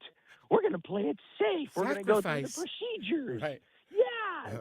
I mean, that is precisely the difference between today's left and today's right. You're right. The right doesn't want to play the game that is needed to be played, and it's like we keep bringing a knife to a gunfight. And if the rhetoric is true that they all use, that it's like this is a fight for our republic. Well, maybe it's time to bring a freaking gun to the fight. I mean, this is ridiculous, and we can't even nuke the filibuster. By the way, I hope this, people should go on @Rep Eric Burlison's Twitter, because he's broken this down. And Rachel Bovard, who has written a beautiful piece in the Federalist, really just exposes the Senate for the lazy bastards that they are. Yep. You don't even have to eliminate the filibuster. You could literally just go do a standing filibuster where it would force these people to go have a debate on the Senate floor like they do in the Missouri legislature, like they do in many state legislatures, but they can't do it in the Senate because, you know what, they'd have to work a little bit overtime, and these octogenarians might have to go stand on their feet for, 30 minutes as opposed to being wheelchaired into the Senate floor to cast a dumb vote. I mean, the Senate doesn't do anything. Everyone recognizes that this is a place where you just go get fat, happy, and rich, apparently, and you don't ever have to take a tough vote. It's embarrassing. Again, this whole place is just a joke, and I would encourage – I say this loud and proud. Like, I would encourage for a mass amount of people to stop paying their taxes and stop funding this nonsense. You know, Nate, there's so much there. On Fridays, I sit in with Tony, and we talk about things. We have a little debate with this filibuster idea. I want it nuked. I want it nuked immediately, because as soon as the Democrats get into power, they're going to nuke it, and they're going to do some things that we've never seen in the history of this country. That's the move the Democrats are going to do. It's going to be nothing but indictments, impeachments, and nothing for the American people. So they need to do it now, Nate, because if they don't, President Trump is going to be the lamest lame duck there's ever been. Yeah, we're like a year in, and we're still doing ridiculous things. I mean, it is beyond time to, like, start checking the boxes on so many of the things that got the 47th president of the United States reelected. And it's because they rejected Democrats. They rejected wokeism. They rejected DEI. They rejected all of these things that Democrats want to shove down your throat and take away every single last freedom that you possibly have. And yet Republicans are sitting here being like, well, we need to see what the consultants have to say. We need to check the polling. It's like, Stop doing any of that and just do good things. I said this months ago when they were talking about, nuking the filibuster to pass a funding bill, and I said, well, that's ridiculous. If you could tell me that we were going to nuke the filibuster to pass like the SAVE Act, to do like really cool policy items that the American people truly want, that conservatives actually want, then I'm all for it. And so it's definitely time. I mean, all this procedure nonsense that the Senate gets caught up in, and like, oh, well, it's tradition, we have to do it this way. It's like Democrats are literally, they have knives at your throats, and you're going to tell me that we can't do it to protect the integrity of the Senate. Give me a damn break. Your integrity is lost. You have Mitch McConnell getting wheelchaired in. You have like 90-year-old people in the Senate. You have no integrity. So stop pissing on me and telling me it's raining. Whew. I need a cigarette, man. This is great. Last thing I'll say. I need a cigarette. Last thing I'll say, Nate, is in football, you wear a helmet. In baseball, you wear a cap. Nate, it's such a great skit. Anyone who hasn't seen it's got to go watch that. Maybe we'll play a little bit of that next week for you. Yeah. Nate Lucas, Communications Director for U.S. Representative Eric Burlison. Thank you so much, Nate Lucas. Thank you. See you, Nate. Everybody in the chat box cheering on Nate. Go, See, Nate, bro. go. We'll talk about it. Hey, Nate, by the way, this will be on Saturday. Oh, yes, a Saturday segment. Absolutely. All right, coming up next. So Jerry Rafferty and Baker Street. I've always loved that song. I don't know about you. Are you kidding me? That's right. You have an emotional attachment to it. So this is great because I brought up the song and the saxophone solo to Ken. Ken, of course, is a cat and plays saxophone. And he was like, oh, my God, I can't believe you named that song. I was like, okay, this is a DELI, right? This is definitely a DELI. Oh, yeah. And that's next on 101.9 and 94.1 News Talk STL. Number one for live and local conservative talk. Like and subscribe to us on Rumble. News Talk STL. Vic and Ken. Vic has great hair. Ken has great, baseball caps? The Vic Porcelli Show on 101.9 and 94.1 News Talk STL.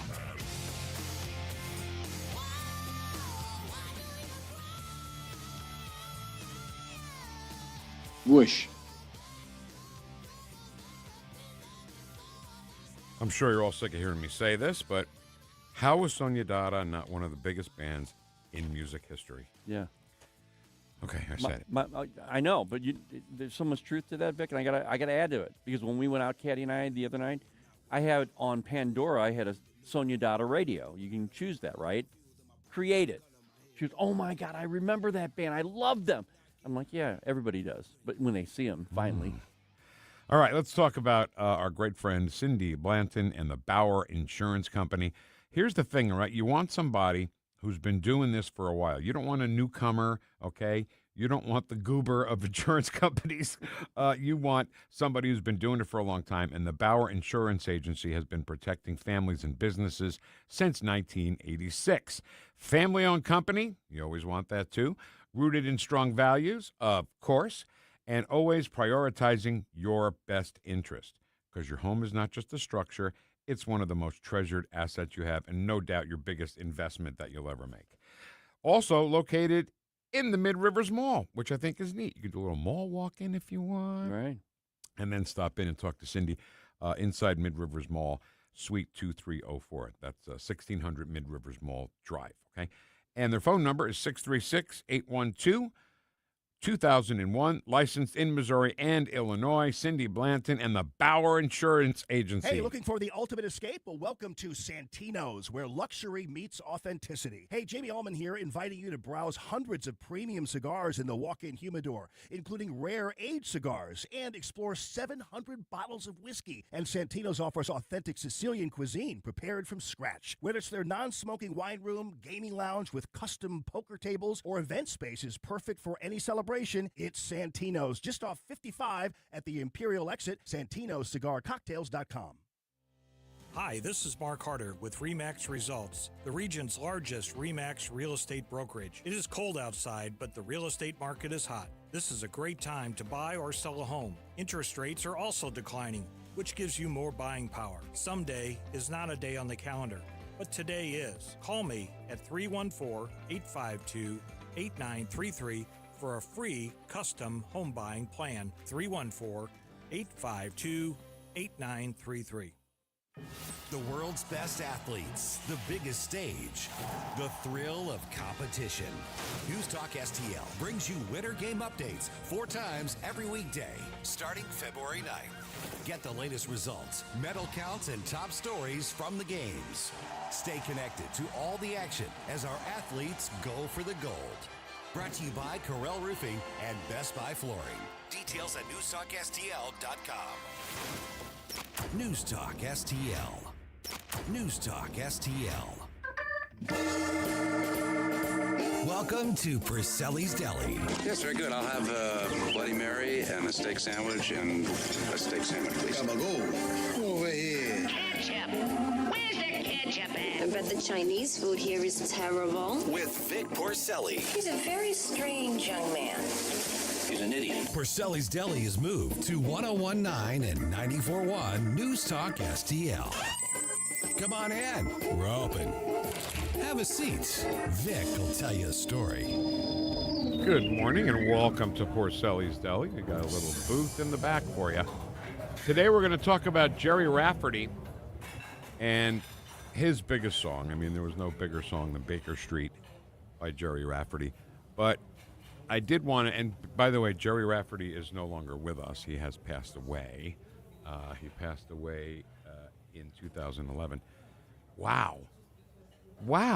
15 years ago. Yeah. God. I mean, gosh, is what I meant to say. So Jerry Rafferty started this band back in the 70s, the early 70s, and that band was called Steelers Wheel. And they had a huge song called Stuck in the Middle with You. He doesn't sing on this song. He just plays guitar on this song. Who doesn't love this song? Yeah. Right? Let's hear a little bit, and then we'll talk about it. Well, I don't know why I came here tonight. I got the feeling that something ain't right. I'm so scared in case I fall off my chair. And I'm wondering how I'll get down the stairs. Clowns to the left of me, jokers to the right. Here I am, stuck in the middle with you. Great harmony right there, right, Yes. Kenny? Yeah. All right, so that's Stuck in the Middle with You by Steelers Wheel.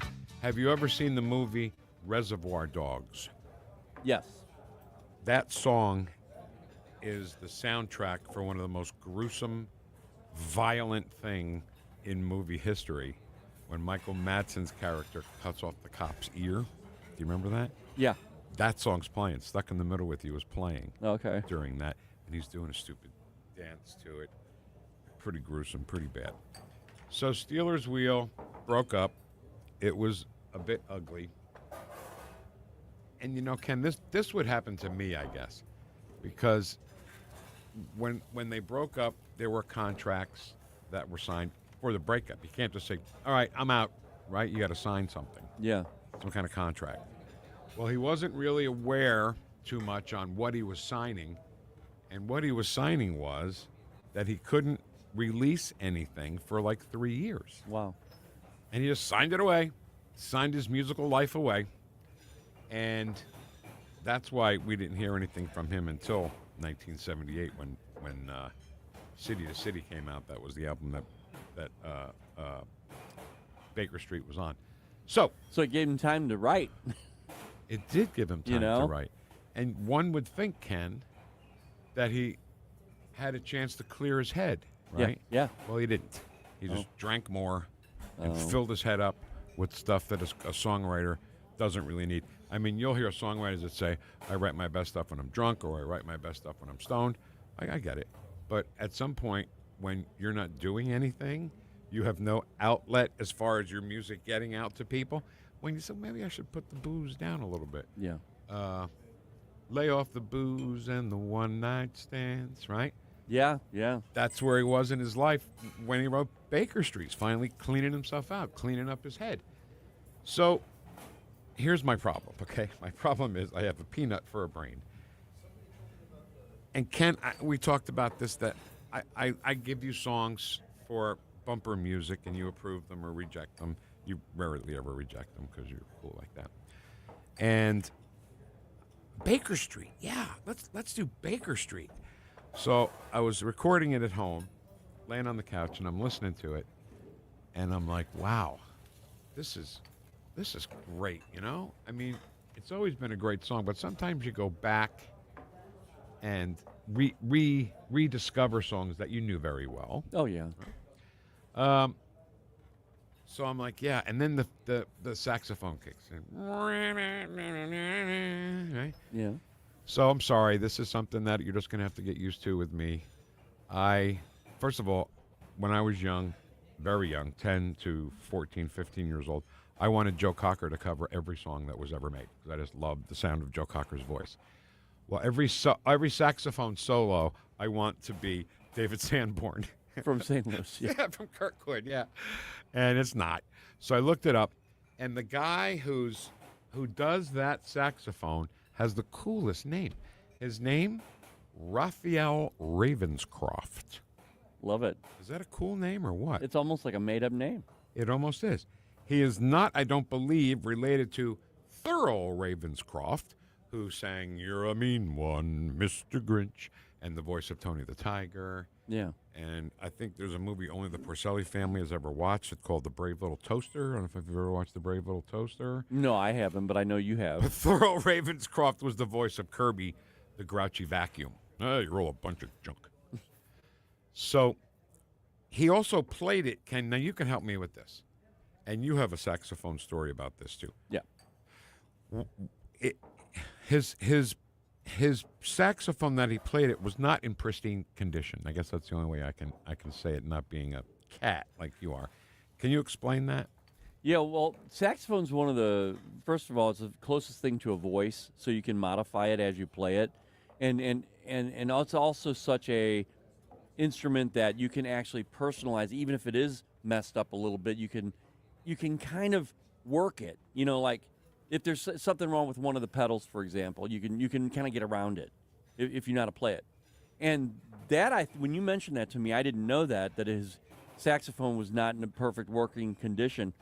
He may have gotten used to working around that problem and said, you know what, I don't really want to get it fixed now because I'm playing, my style is actually working around this thing. Right. And you can play that, can't you? Yeah. Haven't you played that and sung that song on stage?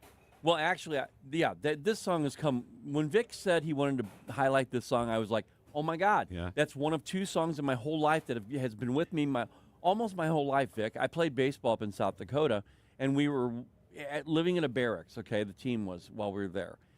And I remember it was at night, I'm looking up at these hills, they're beautiful, the moon's out, and I'm just sitting there, and I'm like, wow, I'm here playing baseball, the thing I love to do.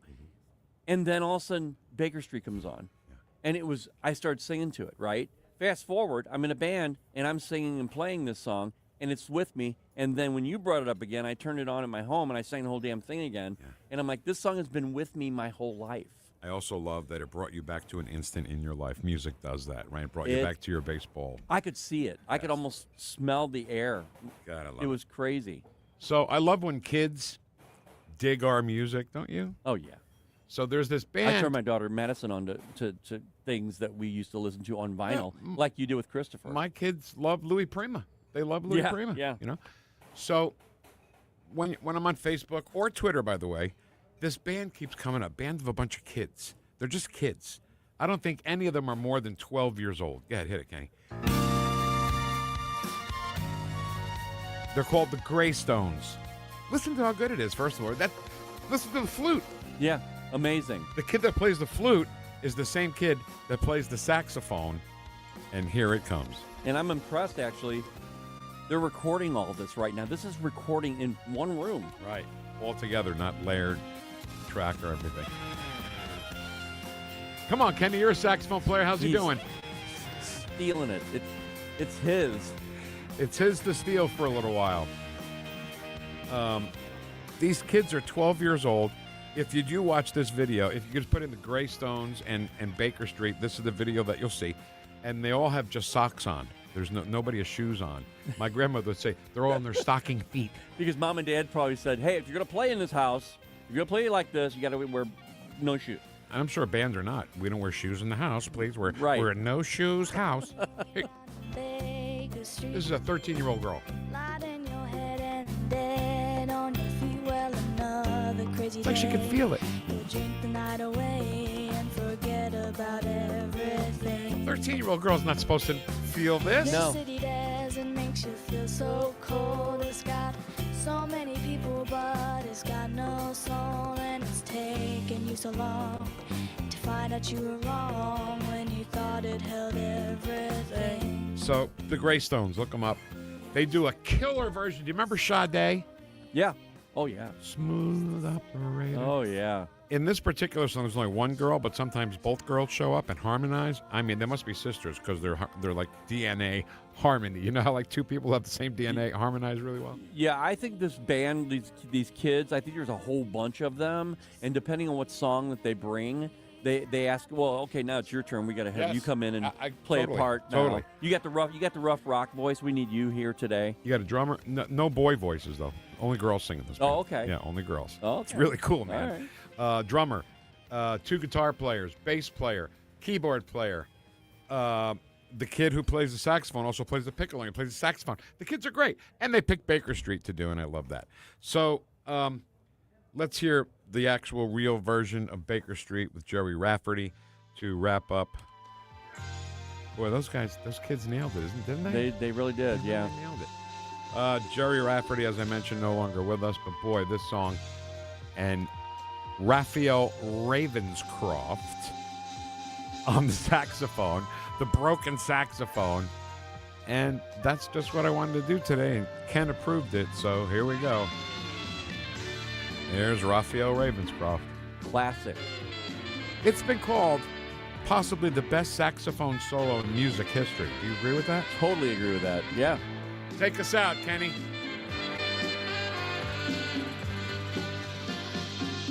Winding your way down on Baker Street, lighting your head and dead on your feet. Well, another crazy day. You'll drink the night away and forget about everything. This city desert makes you feel so cold. It's got so many people, but it's got no soul, and it's taken you so long to find out you were wrong when you thought it held everything. Have you ever been to a Starbucks, like inside, like if you go inside and there's like a big long line and you'll be waiting and they try to take your order before you're even to the front? Like you'll be in the back, they're like, what do you want? You're like, oh, I would like to wait until I get right in front of you. Yeah, you know, when you see everybody looked at me when you said that? I didn't care for that. So how about we do it like a regular, normal business, you know? And you let me do it right in front of you. Starbucks is like waving cars down on the street. Just be like, we're just trying to get your order started in case you ever come here one day.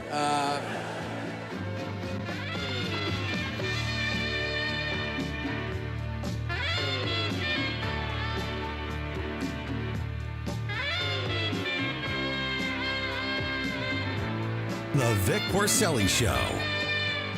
Made in St. Louis for St. Louis. It's News Talk STL. Whether at home or at work, you're mobile. So when you're mobile, stay mobile. Keep St. Louis's home for conservative talk with you wherever you go. Download the News Talk STL app in the App Store or at newstalkstl.com. I've got Dr. Michael Lewis here, West Point graduate, physician, and retired Army colonel. Is considered the world's leading expert on the use of omega-3s for traumatic brain injury and concussions. Stuart Tomp brings over 30 years of experience in the supplement industry, brought $1 billion of products to the market, and has appeared in over 6,000 media interviews worldwide, and travels internationally and teaches on health. Stuart Tomp here, and I've come across the biggest breakthrough in personalized nutrition I've seen in 25 years. Dr. Lewis here. You know, for the first time, we can measure cellular and gut health.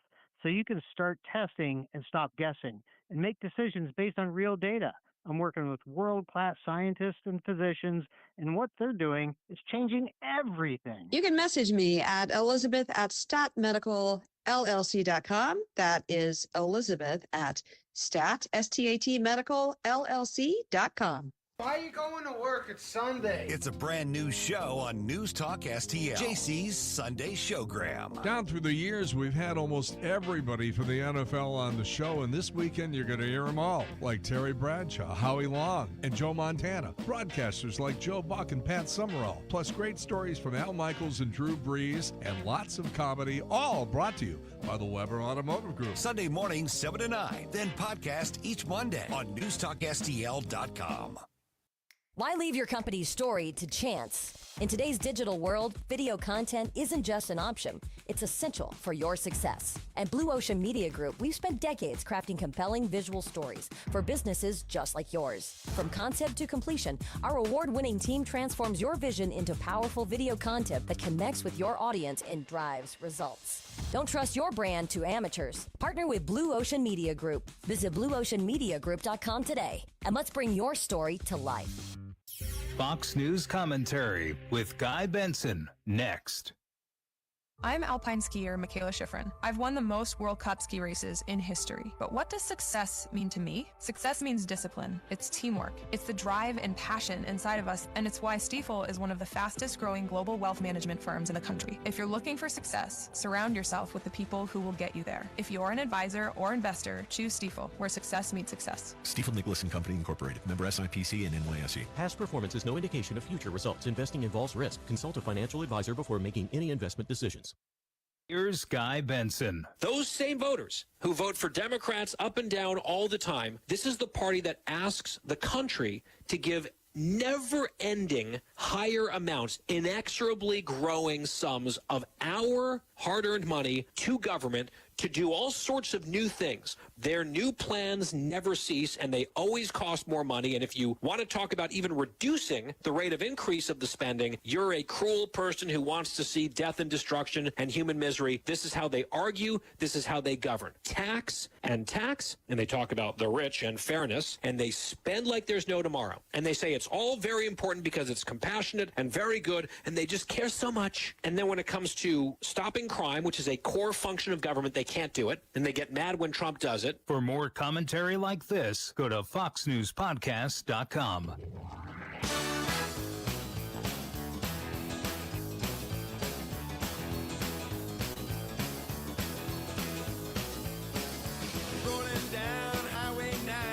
Talk lines are open now at 314-912-1019. The Vic Porcelli Show. Court will take a 60-minute recess for lunch.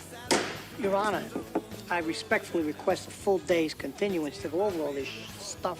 Don't you cuss on this here radio. Made in St. Louis for St. Louis. It's News Talk STL. Ooh, like a cool summer breeze. A little bit more.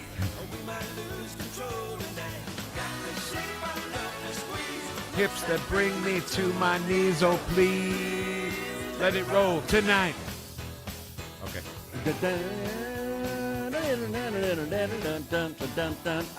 That is an intense part right there. Yeah, it's also not horns at all. Not horns at all. No. It's Billy Payne on the right, and the guitar. Yeah. So that's Little Feat post Lowell George. Lowell George died in 1979. So stupid. I remember exactly where I was. I was walking through Brookdale Park in Bloomfield, New Jersey with a Walkman on, and the guy on the radio said, Lowell George died, and we're all sad about it. So that's post Lowell George. Some of the real Lowell George fans don't like the later stuff, but it's it's the stuff. It's still them, still Billy Payne and Kenny Gradney and those guys. Yeah. Okay. So, Ken. Yeah, Vic. I have a challenge for you. Okay. Can you come up with 50 things in life that you absolutely need an ID for to participate in that activity? Oh, easy. You can? Oh, yes. All right. Well, let's hear some. Well, I want to preface this, though. Oh, go ahead. Because Chuck Schumer, he seems to think that having the SAVE Act is like Jim Crow 2.0. Yeah, black people are stupid. Right. They can't get an ID. And I will contend that this is the most racist thing someone can say. There's no doubt, Ken. By limiting the ability of people, any race, I'm talking about any race, But in particular, in this situation, black people from getting an ID. What the hell is he talking about? You know, Karen brought up Tyrus from last night on the Gutfeld show, and he was talking about this exactly, black people and IDs. He was like, are you kidding me? You need your ID to go to the bar, to the clubs, to go hit on the babes. You need your ID to drive a car, to pick up. It was all about girls and driving and being with girls. Well, let me add on to that. I'll give you a few more. How about that, Vic? Yeah. Boarding a commercial airplane. Oh, man, you need Do black people do that? They do. I have seen black people on airplanes, yes. Applying for a U.S. passport. Yes. Picking up a passport. Just picking it up. Yeah. Not getting it, but picking it up. Registering to vote. In a lot of states, registering to vote, you can, but there is a caveat there. Some states actually will fine you if you put your ID in front of them. California. Wait, why? That you cannot present an ID in California to vote. That is the most ass-backwards thing I ever heard. Buying alcohol. Absolutely. Buying tobacco and nicotine products in general. Can I talk about that just for a second? Yeah. It used to be that you could buy cigarettes in Missouri when you were 18. Yeah. And then they moved it up to 21. So I remember saying, you have to be 18 to buy cigarettes. You can go fight for this country and die for this country in a war, but don't get cigarettes, because smoking will kill you. Yeah, the irony there, huh? Yep. Okay, so how about this one? Go ahead. Entering a bar or nightclub. Yes, do black people that's do where that? the babes are, Ken. Right. That's where the girls exactly right. Applying for a concealed carry permit. Of course. So I guess black people don't have firearms. No black people ever have had a firearm ever. Applying for a loan or credit card. Absolutely. Renting a car. And renting a car, you need to be 25. Yes, unless you're married. I heard. Oh, I didn't know that. Yeah, I heard that. I should know this. My wife's a travel agent, but I don't know. Well, my daughter and her boyfriend, they went out of town and they rented a car, and they said, well, if you were married, you could get it, but you're under 25, so you can't. Yeah, let's not move too fast here. I did exactly. Marriage, That's why I remembered that. Yeah. So, buying certain controlled medications. Mm-hmm. Okay, you present a Vic. The other day I was trying to get some sinus medicine. I needed my ID for sinus medicine. Like Sudafed? Yeah. Yeah. You know why? Because of that some substance in there they use to make drugs or something. Meth. Okay. Smoking meth. You got to crush I needed my ID, Vic. This is just what I've been told. I don't know this. Go ahead. Opening a bank account, cashing a check, right? Withdrawing large amounts of cash from a bank. How about withdrawing a little bit of money from a bank? You still need it. Hi. Can I get some money from this bank? Sure. Got some ID? Sure. Here. Okay. Black people don't do that? No, they don't cash checks. Entering a federal courthouse. Entering a state courthouse. Entering a federal building, non-public areas. Entering military bases. Applying for a job, Vic. Completing Form 1 I-9 documents. I mean, it goes down the list here. For Social Security benefits, in order for you to get them, you have to have what, Vic? ID. and your Social Security card. Yes. Posting bail. Mm-hmm. I had to do that. Posting. I had to get my. No, I'm kidding. Registering a vehicle. Transferring a vehicle title. When we just got our car, man. I mean, I used that light. I had to use that ID. They took pictures of it. Yeah. When I went to the doctor, they took a picture of the front my and God, back you're right. of my driver's license. That's right. You're right. Yeah. Buying a certain high value items with a check. If you use a check in any way, shape, or form. Who still pays in check? Some Only people the do. old lady at the supermarket. That's yeah, it. you're right. Who do I make it out to?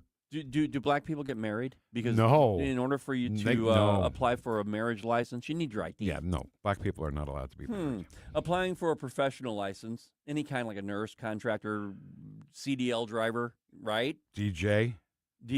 Yeah. We had to get a license. Oh, yeah, absolutely. Yeah. Back in the day.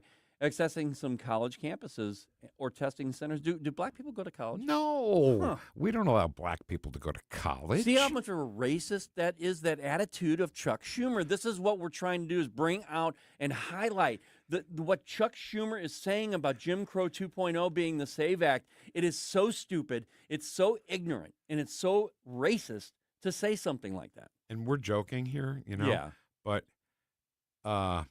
Chuck Schumer is actually saying that black people are too stupid to go to college because they're too stupid to get an ID.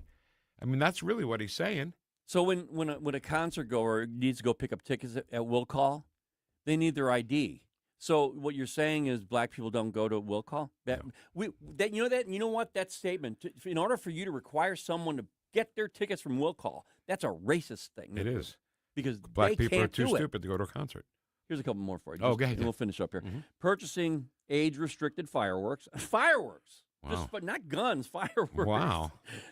Using a safe deposit box, claiming lost luggage with airlines, and entering secured areas of ports, refineries, and infrastructure facilities. Anything, it's not just an ID anymore, Vic. You have to function in society, you have to have an ID. Yeah.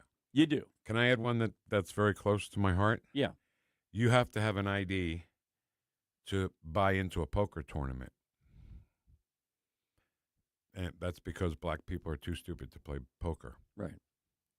Phil Ivey, greatest poker player in the world, is black. But did he have an ID? He did. That's so weird. Yeah. So, I mean, because that's really what they're saying. And I also want to say one other thing about this, which we have said in the past, but I'd like to tie it up in a little bow, that nobody in this country, nobody says, "Can I see your papers?" Nobody. And there's a reason why the left is using the word papers instead of ID, because that's what the Nazi Party, the phrase that they used to see if you were a Jew or not, to see if they were going to take you back and kill you. I remember the top leaders of the Democrat Socialist Party saying just that. Yep. That they said, "Can we see your papers?" And you nailed it. That's why they said it. Nobody said for no other I'm reason. sorry. I know I'm being very naive or very generalizing in what I'm saying, but I'm telling you, there is nobody in this country that asks you for your papers. Nobody. And I want to ask the Vic Heads, I want to ask everybody listening right now why the Democrat Party is having such a problem with the SAVE Act. Why do you think that is? There's really only one reason why. And that's because, number one, they don't want they want illegal aliens to vote. This is what it comes down to. Yeah. Because if they don't, I'm telling you right now, there are 20 million plus illegal aliens in this country, a voting bloc that they were depending on and that they depended on. Yeah. If they no longer have them in this country, they're going to lose. They're going to lose hard, and they know it. They're fighting this tooth and nail. They don't care. They do not want this SAVE Act. But what's the facade, Ken? What's the facade? Is that it's racist. It's Jim Crow 2.0. Right. You black people you don't want this sign because this be terrible for you. And you said it earlier, Harry Enton on CNN, by the way, said that 76%. You never see a poll where there's 76% of anything. Anything, no. 76% of black people in this poll said yes, there should be voter ID. And I think there was two other categories. One were just everybody. Well, one was Democrats. And Democrats even 80%, I think. Yeah, somewhere around 76%, 95% Republicans. But just people in this country, it's an 80-20 issue that they want legal voting. Voter fraud is huge, and this is the way Democrats have won. And let's not forget, because God, I hate people. I hate people. People that go on Facebook and they say that. Oh, you mean the experts, though? Oh, the experts on Facebook. Okay. Yes. They say that Donald Trump is a racist. That's why Nicki Minaj came out of the closet and said, "I'm this president's biggest fan because he's racist against black people." I guess something like that. Don't understand that. Yeah. And logic does not come into play here with the Democrats. Ask Alice Johnson how she feels about Donald Trump. She's out of jail, isn't she? She is. How? Him. Donald Trump? The prez. Wait a minute. The racist president got her out of jail. She was in jail. Small. They shouldn't be. Got her out. Look that up, by the way, if you don't know. It's too long to go into the story, probably, but not right now. But one day maybe we will. And people there. Okay, there are everybody. Libs, be careful on this one. Don't crash your car if you're driving. There are lots of, you ready? You ready? Black conservatives. And wait, there's more. What? There are tons of gay conservatives. Wow. Yes, there is. So what are you talking about? I think people are waking up. I think the black population, We were talking about this, I think, with Donna Jackson. Yeah. Black families are conservative at Ken, heart. There's no doubt. Here's a funny thing. The movie The Sting, Robert Redford and Paul Newman. Yeah. Best picture of 1973. Thank you. They have a partner named Leon, who they were grifters. They used to just steal from people. And they were there to give Leon his share. Luther, not Leon, Luther. His name was Luther. To give everybody their share of money. And Luther's family was walking out the door, and Robert Redford says, "Leaving so soon?" And the daughter says, "Yep, off to go pray," because they were going to church. Okay. The black lifestyle is a conservative lifestyle. Yeah. And we've let Democrats tell them different, that we hate them. We allowed that. We allowed it to happen. Because we weren't on the offensive. Exactly. It's exactly it, Vic. And you noticed today we were talking, Nate, being on, no, Karen said being on the offensive. You need to be on the offensive about these issues. When you have a person that's saying things as derogatory about conservatives as the leadership in the Democrat Socialist Party today, you've got to immediately call it out. Scott Besson, we've got audio from him. That's coming up. He's calling it out, man. He's not even messing around. She said, "You're interrupting me." He's like, "Well, I'm just trying to be clear here." Yeah, because Maxine Waters is black, and you're not allowed to interrupt a black woman. Oh, no. Yeah. So very terrible. quickly, I'm sorry, can I just squeeze this in real quick Yep. about the Yep. Sting? That guy that plays Luther, I believe his first name was Robert Earl Jones, who is the father of James Earl Jones. Oh, About okay. that. Wow. And the mother, Luther's wife, was Mrs. Riley, and only Mrs. Riley. Oh, yeah. In My Cousin Vinny, same lady. Yeah. Over here, dear. Over here, dear. How many fingers am I holding up now? Okay. Tim Murphy, best-selling author, joins us next about the Christ cure. I'm all about that. That's coming up next on 101.9 and 94.1 News Talk STL. Welcome home. Whoosh. The Herzog Tomorrow Foundation provides private school tuition scholarships through Missouri's new Most Scholars program to cover the cost of accessible, high-quality schooling. Hi, this is Myella Esser with the Herzog Tomorrow Foundation. Our private school tuition scholarships wouldn't be possible without the support of generous Missouri taxpayers. If you're a Missouri taxpayer interested in redirecting your tax dollars and sending them to Missouri students in need of a better education, please contact me at herzogmostscholars.org. Better education for students creates a better tomorrow for all. Learn how you can help provide a better education for Missouri students at herzogmostscholars.org. That's herzogmostscholars.org. Also, sign up for The Lion, an initiative of the Herzog Foundation that carries articles covering a wide range of issues facing American families and culture. herzogfoundation.com. That's herzogfoundation.com. Hey there, News Talk STL family and friends. This is your financial friend, Chris Cooper, here with Serenity Wealth Management with a special invitation to join us this weekend for the Serenity Wealth Now show. Joining us in the studio, we've got Kyle Dent of Shamrock's Pub and Grill out in St. Peters. We're going to talk a little bit about the community aspect that makes ownership of a bar and grill successful. So tune in right here, Sunday morning, 9 a.m., News Talk STL or Serenity Wealth Now social media outlets. Investment advice offered through Fortis Capital Advisors, LLC. KLGY HD3 Clay, K270BW Bellefonte, KNBS Bowling Green. This is News Talk STL at 101.9, 94.1, and always streaming at NewstalkSTL.com. Breaking news at Town Hall. I'm Bob Agnew in Washington. President Trump delivered an unusual speech at the 74th Annual National Prayer Breakfast. The president spoke at the annual gathering of political and religious leaders. You know, I've done more for religion than any other president. During his speech, Donald Trump questioned how a person of faith can be a Democrat. He cursed several times and called one Republican lawmaker a moron. He concluded by listing his administration's religion-related accomplishments and discussing the importance of prayer. Quite simply, prayer is America's superpower. Greg Clugston, Washington. American broker talks between Russian and Ukrainian officials are being held in Abu Dhabi for a second day, aimed toward ending the war that's now nearly 4 years old. The discussions come amid increased Russian attacks on Ukraine's power grid and after a rise in civilian casualties. Ukrainian President Volodymyr Zelensky urged for an end to the war and emphasized the need for security guarantees to prevent future Russian attacks. U.S. Special Envoy Steve Witkoff and President Trump's son-in-law Jared Kushner, as well as NATO Commander General Alexis Grinkovich, are at the talks. Fighting continues alongside the talks with Russia targeting Ukraine's electricity network. Almost 15,000 Ukrainian civilians have been killed since the start of the war through last December, according to the United Nations. I'm Karen Shamas.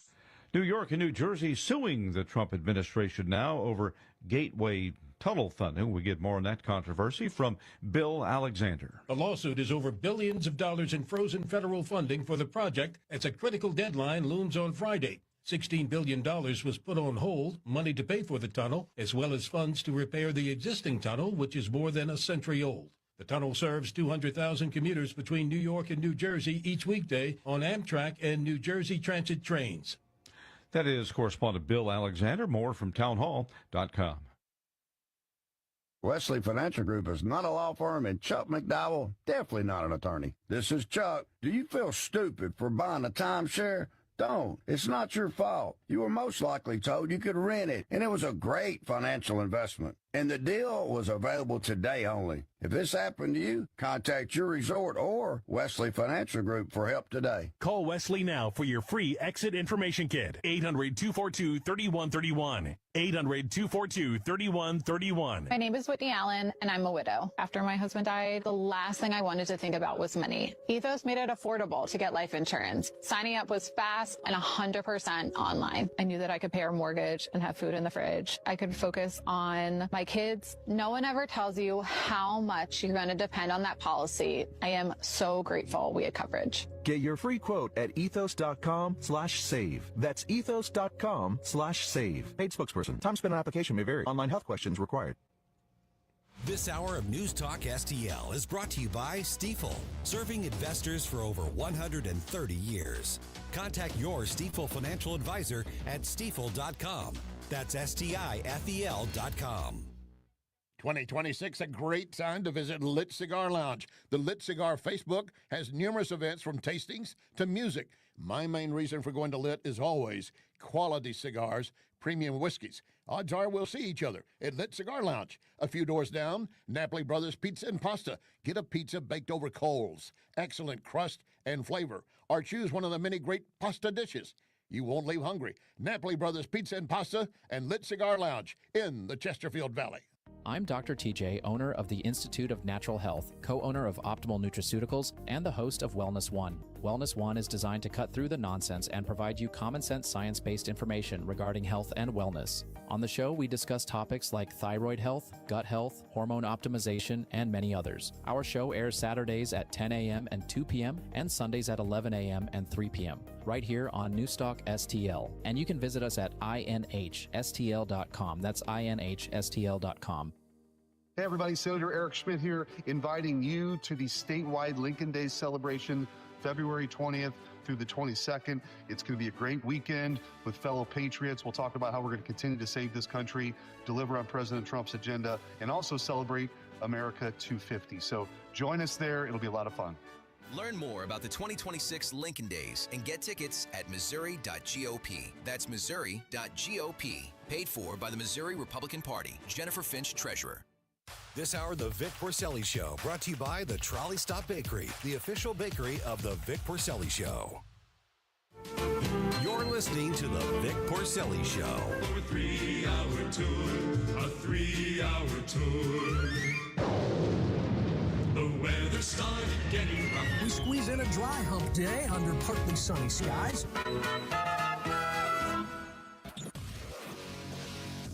From New Jersey to Baldwin, Missouri, two behind the microphone, taking the whoosh to the radical left and the putrid swamp.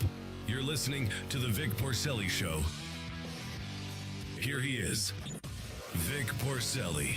All right, hour number 3 ready to go. By the way, Brian Bononi and Freddie's Market are coming by tomorrow. Yeah, man. They're great. They absolutely great. And you know what?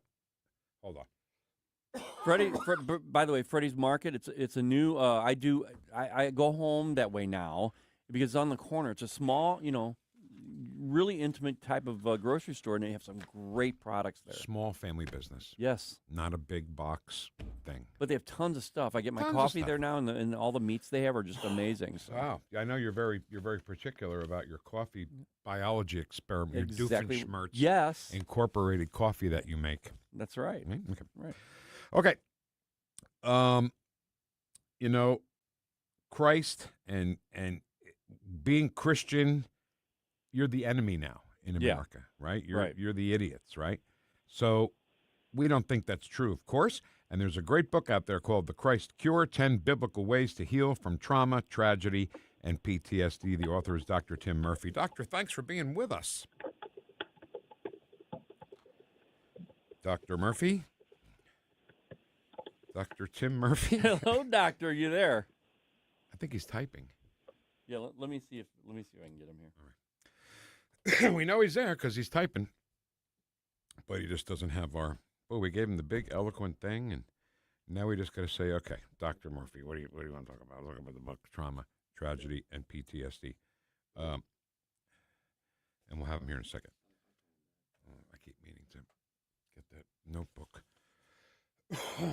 and don't forget that tonight.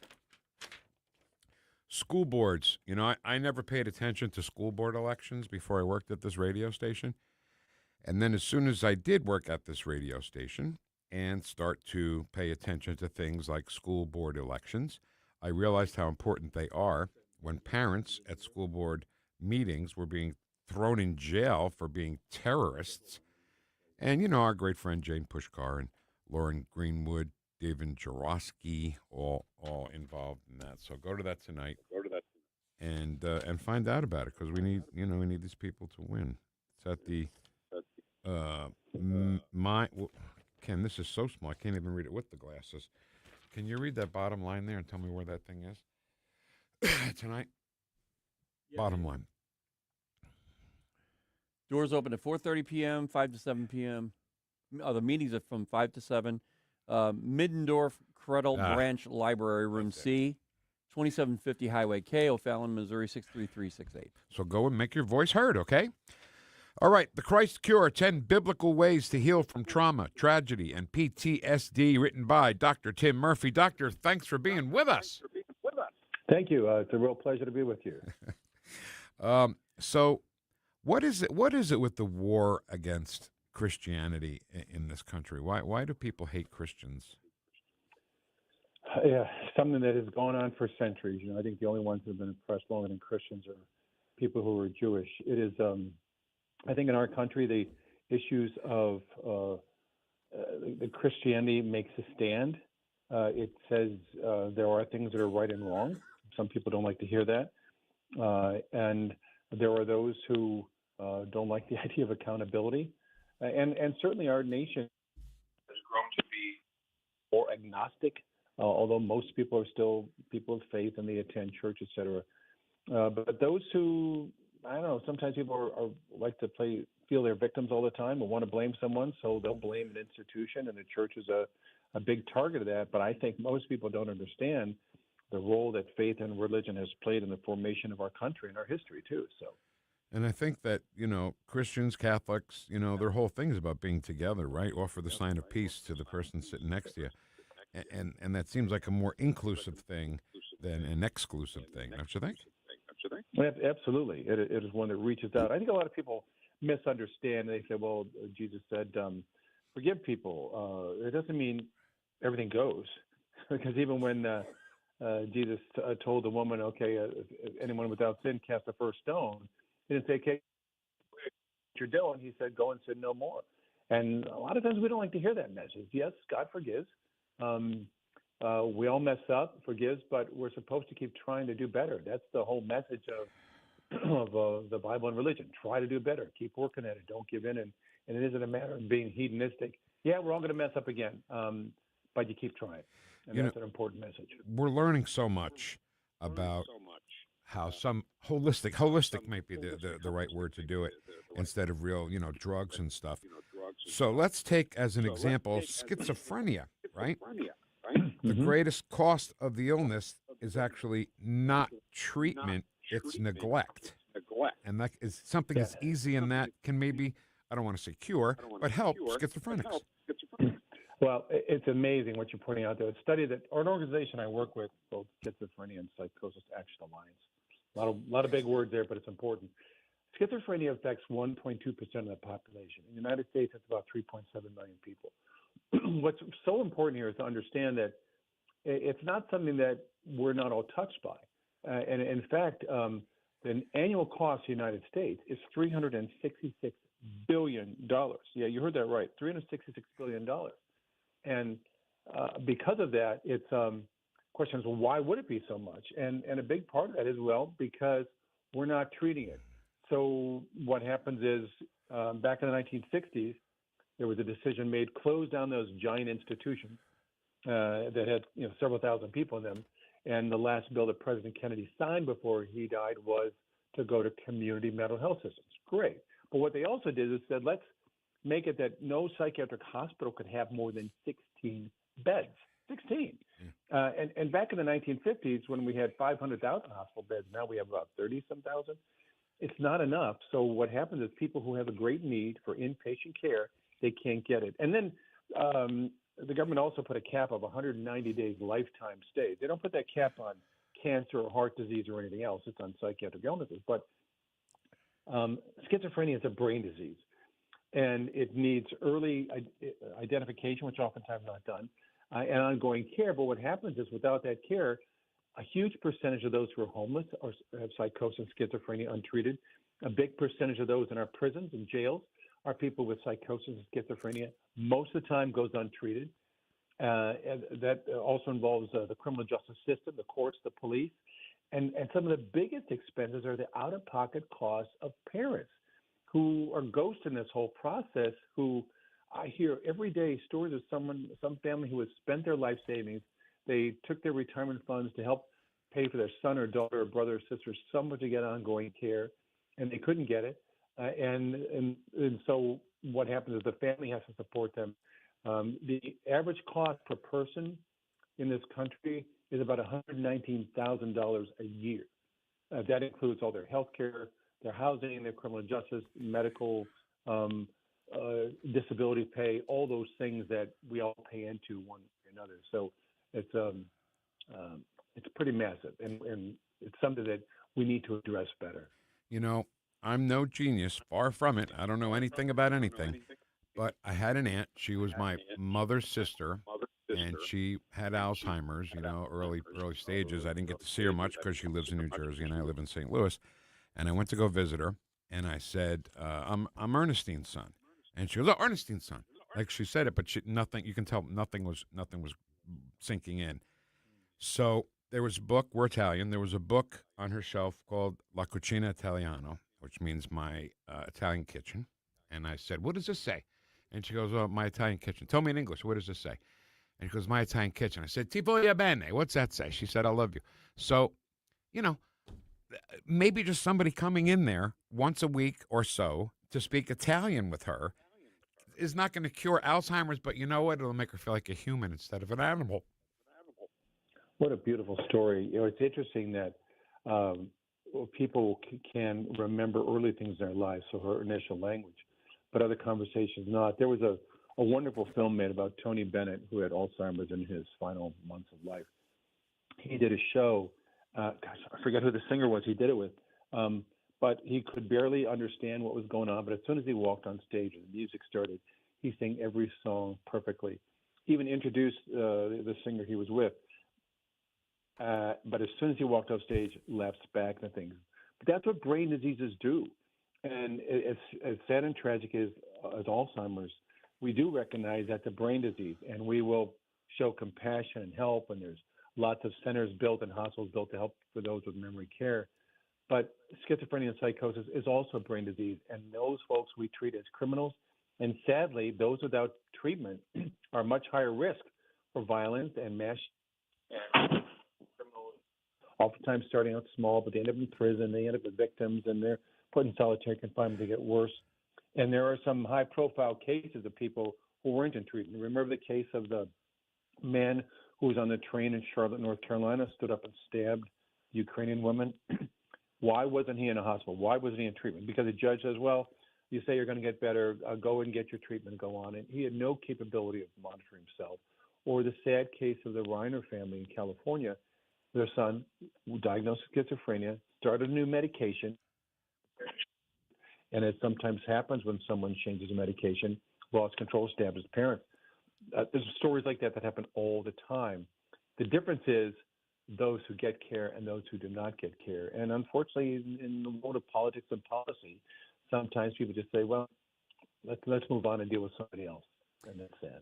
We're talking with Dr. Tim Murphy. He's the author of The Christ Cure, 10 Biblical Ways to Heal from Trauma, Tragedy, and PTSD. And doctor, I say this all the time, and it's almost like to the point to where I just don't want to even say it anymore, but the Democrat Party, they're complicit in all the insanity that's going on. We have a mental health crisis in this country, and they've decided that, we don't need to worry about that. We just need to worry about releasing illegals and releasing criminals.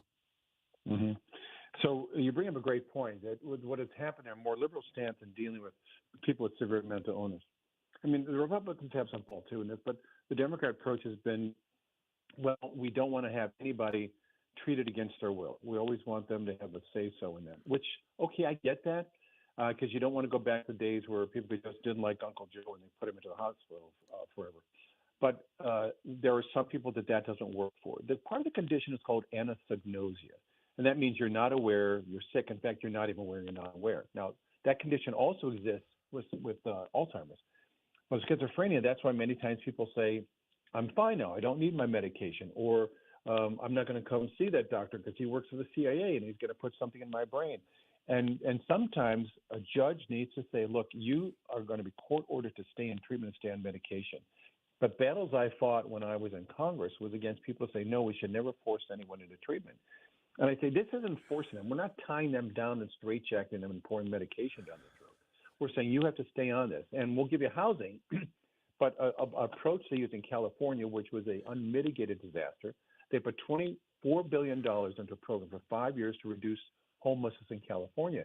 And part of that was to say, let's just give apartments to people, and that'll be all they need. Well, housing isn't all they needed. They needed support. They needed a nurse at the front desk checking to make sure they're getting their care, their medication. And that helps with some. But the point is, even the Auditor General of California said, this is a disaster. Homelessness is worse in California, the worst in the nation, and you spent all this money, and a lot of it probably went to corruption, but it didn't go to build housing. So that approach is that I had to fight was anytime we had court-ordered treatment. Now, the other approach is you can't ignore it. I know President Trump has said, let's bring back some of these institutions. We don't need massive institutions, but we need places where some of those who can be treated and go to regular care in the street at home, fine. And most people are like that. But you also have a percentage of those with severe mental illness that need ongoing care, and some, quite frankly, have a criminal record. They need care. And that's a very small percentage, but we have to recognize that's part of it. But they have to have care, not just throw them in solitary confinement, which makes everything worse. So these are the battles. Now, what needs to happen is Congress ought to appropriate some money to this, put some money into research on medication. Let's get some medication for these folks. Let's do more that's real housing help, not to say, here's an apartment or we're going to all go put you up in this hotel and that's it. And I might add before, part of the problem we had with the many immigrants pushed out a lot of the homeless from the programs they were in. Remember, we were taking big hotels in New York City and other places and putting folks in there. And now we have a mayor in New York who's saying, leave them alone. If they want to sleep in the streets or test, that's okay. It's not okay. That's not how we should treat human beings. They think, well, we'll leave them there. And that's not a good place to leave someone who's not capable of making good decisions. All right, just about a minute left, Dr. Murphy. The subtitle of your book, 10 Biblical Ways to Heal from Trauma, Tragedy, and PTSD, can all be in one person, i.e. a combat soldier. Yes, absolutely. I treat soldiers and also first responders like police and paramedics and firefighters. A lot of issues there with their PTSD, the trauma they face. And the reason I wrote this book is recognizing that someone like the Apostle Paul, who's had an enormous amount of trauma, managed to not only come through it, but come through stronger. So this book is the nexus between psychological science and also faith issues. It's the only one of its kind that's written out there. And I hope people will take a look at it. It's really a handbook for the broke and those who love them. And the meager royalties I get of this book, I put back into my program so I can see veterans for free. And they can look on my website, which is drtimmurphy.com. That's drtimmurphy.com, or go to Amazon. Fantastic. And the book is available now, as you mentioned, The Christ Cure, 10 Biblical Ways to Heal from Trauma, Tragedy, and PTSD. Dr. Tim Murphy, thank you so much. Really important stuff that I think people need to start opening up their ears about mental health. Thank you. It was a pleasure to be on your show. All right. Dr. Tim Murphy. You know, Ken, I mean, that story about my aunt, I'm not a scientist. I'm not a doctor. Right. But she was speaking fine when she was speaking Italian. Just, yeah, you have to think about those things, though. I mean, if you can find something like that, they have something to bring them out, that's perfect. Yeah. And he loved that. He'll probably utilize that. Well, I hope he knows how to spell my name. It's Porcelli. Right. The 2026 Winter Games coverage is right here on News Talk STL, beginning this Monday, through Friday, February 20th. News Talk STL will have 2026 Winter Game updates throughout the day, every weekday. We'll be keeping you up to date on the daily medical count, stories about local athletes making America proud and our favorite memories from Winter Games past. News Talk STL's Winter Game coverage sponsored by Best Buy Flooring and Corel Roofing on News Talk STL. Look at that. Look at that. Look at that. Follow us on Rumble at News Talk STL. The Vic Porcelli Show. Biden's being Biden's being an extremist. Oh, son of a gun. You thought I was going to say son of a bitch, didn't you? On News Talk STL. This is so stupid. St. Louis's. Okay, I'm hanging up on you now. Place to talk. News Talk STL. Is your retirement income at risk if you or your spouse needs nursing home or in-home care? Hi, I'm Eric Robert, Director of Investments with the ClearPath Wealth Management Group at Stifel and host of On the Money, Saturday mornings at 9 on News Talk STL 1019. The cost of long-term care is one of the biggest risks in retirement planning. For many retirees, a single nursing home stay can cause a significant reduction in assets that can permanently reduce your retirement income. Fortunately, there are affordable and flexible options available today that can help you manage the cost of long-term care. Our team can help you address the risks relevant to your retirement, including long-term care. To schedule your free retirement plan consultation, go to clearpathinvesting.com. That's clearpathinvesting.com, or call us at 636-695-2650. That's clearpathinvesting.com or 636-695-2650. Stifel Nicholas and Company Incorporated, member SIPC and NYSE. Yo, this is Vic. Vic for Vets is proudly honoring our veterans. Every Wednesday at 11:05, you'll hear about that day's honoree and their incredible service to our country. Hi, it's Ken. You want to nominate a veteran? Send their name, service information, and story to me, Ken, at NewstalkSTL.com. Brought to you by Alamo Military Collectibles, Gemini Wealth Group, and Heroes Care. Together, let's celebrate the heroes in our community, Vic for Vets, where honor meets gratitude. Concerned about the condition of your windows driving up your energy bills? I was too. It's only called STL Windows and Doors. Call today for your free in-home estimate and start saving tomorrow. 314-277-5952 or stlwindowsanddoors.com. News, analysis, opinion. Don't always agree, but in love listening to your radio station. This is tyrannical stuff they're doing. Elections have consequences. This is 1019 and 94.1 News Talk STL. Whoosh. Whoosh. Talk lines are open now at 314-912-1019. The Vic Porcelli Show. Say it with me. Si, se puede. On News Talk STL. It's Soul Brother Thursday on 1019 and 94.1 News Talk STL. It's Ken Williams over there, everybody. Take a bow, Kenny. All right, so Scott Bessent spoke yesterday, was not interrogated. He was questioned in a hearing yesterday. We'll get to that in a little bit because Maxine Waters, Ken, thought that she was smarter than Scott Bessent. Which is really funny. And if there's a boxing analogy, it would be Mike Tyson boxing Peter Dinklage. You know what I'm saying? Yeah. She's so stupid. All right, before we get there, Ken. Yeah, that. We just got a letter. We just got a letter. We just got a letter. Wonder who it's from. Very quick, short, and sweet. Love brevity. If I had more time, I'd be more brief. Right. Ken. Wait a minute. It says Ken. Well, he means Ken and Vic. But He doesn't say Ken But and he Vic. emailed it to me, and then I sent it to you. He knows it's the shows of both of us. Well, of course. Well, what the hell? Where's my name? Next time, Neil, just send Vic and Ken, please. Please. Because he can't take it anymore. Ken. And Vic. It doesn't say that. Okay. Ken. Heard you and Vic talking about Greystones today. I was hoping that you would when you were talking about Baker Street, which we did. Don't know if you remember me sending you info on them a couple of months ago. I think I do, Neil. Yeah, I remember. But I think it's been more than a couple of months, and these kids have come up on my feed, and I couldn't figure out a way to fit it into the show. I didn't want to bump in with it. I mean, it's not original versions of songs. It's not even licensed covers of songs to play the whole thing for bumper music. Yeah, I don't know the reason why, but when Neil sent me the email, that was the first time I actually heard of that band. And then you literally, like probably the same day, said, "Hey, have you heard about these kids?" And I was like, "Let me check them out." And I did. And I love them. Fell in love with them. Yeah. To death. Okay. So he says, heard Vic say "gosh" instead of "God." Oh, was it him that was complaining about that? It might be. Oh, for God's sakes. I mean, kidding. Come on, I'm kidding. Neil, he's messing with you. You guys really listen to your audience. We do, Neil. We try to, yeah. And then it says, "Thanks, Ken. Whoosh, Neil Westhoff." Off. We just got a letter. We just got a letter.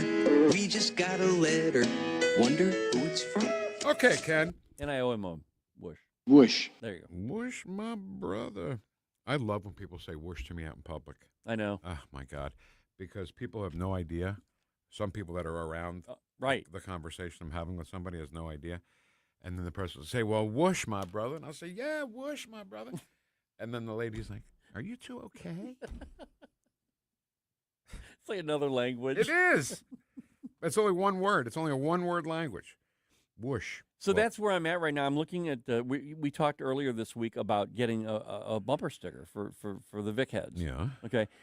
And I think what it needs to be is very inside. If you have one, you know. Yeah. If you don't, then you better get one and find out. Yeah. And what it would be is something like this. You know that signature that you have of the face? Yeah. Okay, that's the Vic Head. Yeah. Okay. But you would put on, I'm going to put on their Vic Heads, but then underneath that I'll put whoosh. And that's it. Yeah. So when people see it on a car, they're going to be so like, what in the hell could this possibly be? Yeah. I remember back in the 70s, there were bumper stickers that just said, "I got it." Oh, yeah. And it meant I got God, and Jesus, and Christ, and stuff. Right. So my cousin owned a printing press. He owned a Minuteman Press. I'm sure you've seen Minuteman. Oh, yeah, press. yeah. He owned one of those in New Jersey, and he made bumper stickers that said, "I lost it." And we would all ride around with those on the cars because we're just jerks. You just is sarcasm just at birth? Is that genetic in New Jersey? It could be. Could be environment. I don't know if it's nature or nurture. Okay. One of the two, I'm sure. Somewhere. All right. So Scott Bessent was on Capitol Hill, and he was talking to, I don't know who wrote this, Ken, but it says low IQ Representative Maxine Waters. Do you know Could have been me. Huh. I'll be damned. Adding 10 to 20 new people demanding housing, Congresswoman, is what caused housing inflation for working Americans. Listen to Scott Bessent just beat the crap out of Maxine Waters. I believe the ranking member does not understand the definition of generalized inflation versus one-time price increases. I would also note that housing, especially for working Americans, a Wharton study has shown that the mass unfettered immigration, adding 10 to 20 The million new people demanding housing, Congresswoman, is what caused a great deal of housing inflation for working Americans. So you and the Biden administration should be ashamed. Which is also why we are seeing rents. There was just a recent media story on this. Rents are going down partially because of that enforcement. So Mr. Secretary. Yes, it is supply and demand continues to work. Okay, Vic Porcelli, I don't ever do this, and I want to do this. I want to pat the show on the back. Yeah. During the Biden administration, this is what we talked about. All these people were coming across the border. We saw it every month. Yeah. We saw over 300,000, and we mentioned the numbers every single week. Yeah. About 300,000 coming over per month. Right. And I said, and you said, that with all these people coming over, there's bound to be a problem with people getting facilities to live in. Right. It was hotels. It started with hotels, community centers, and then it became they were actually buying up blocks of rentals to put these people in. And because the money was just, an open check, they were raising the rents so high at these hotels. They were making more money filling them with illegals than they would if people were just using the hotel in the normal phase, right? So we said this a long time ago. But why didn't we do anything about it? All we can do is tell people. Why did we let that happen? Why don't people listen to Vic and Ken? I don't care if you're a person listening or if you're a member of Congress. We say some pretty smart stuff.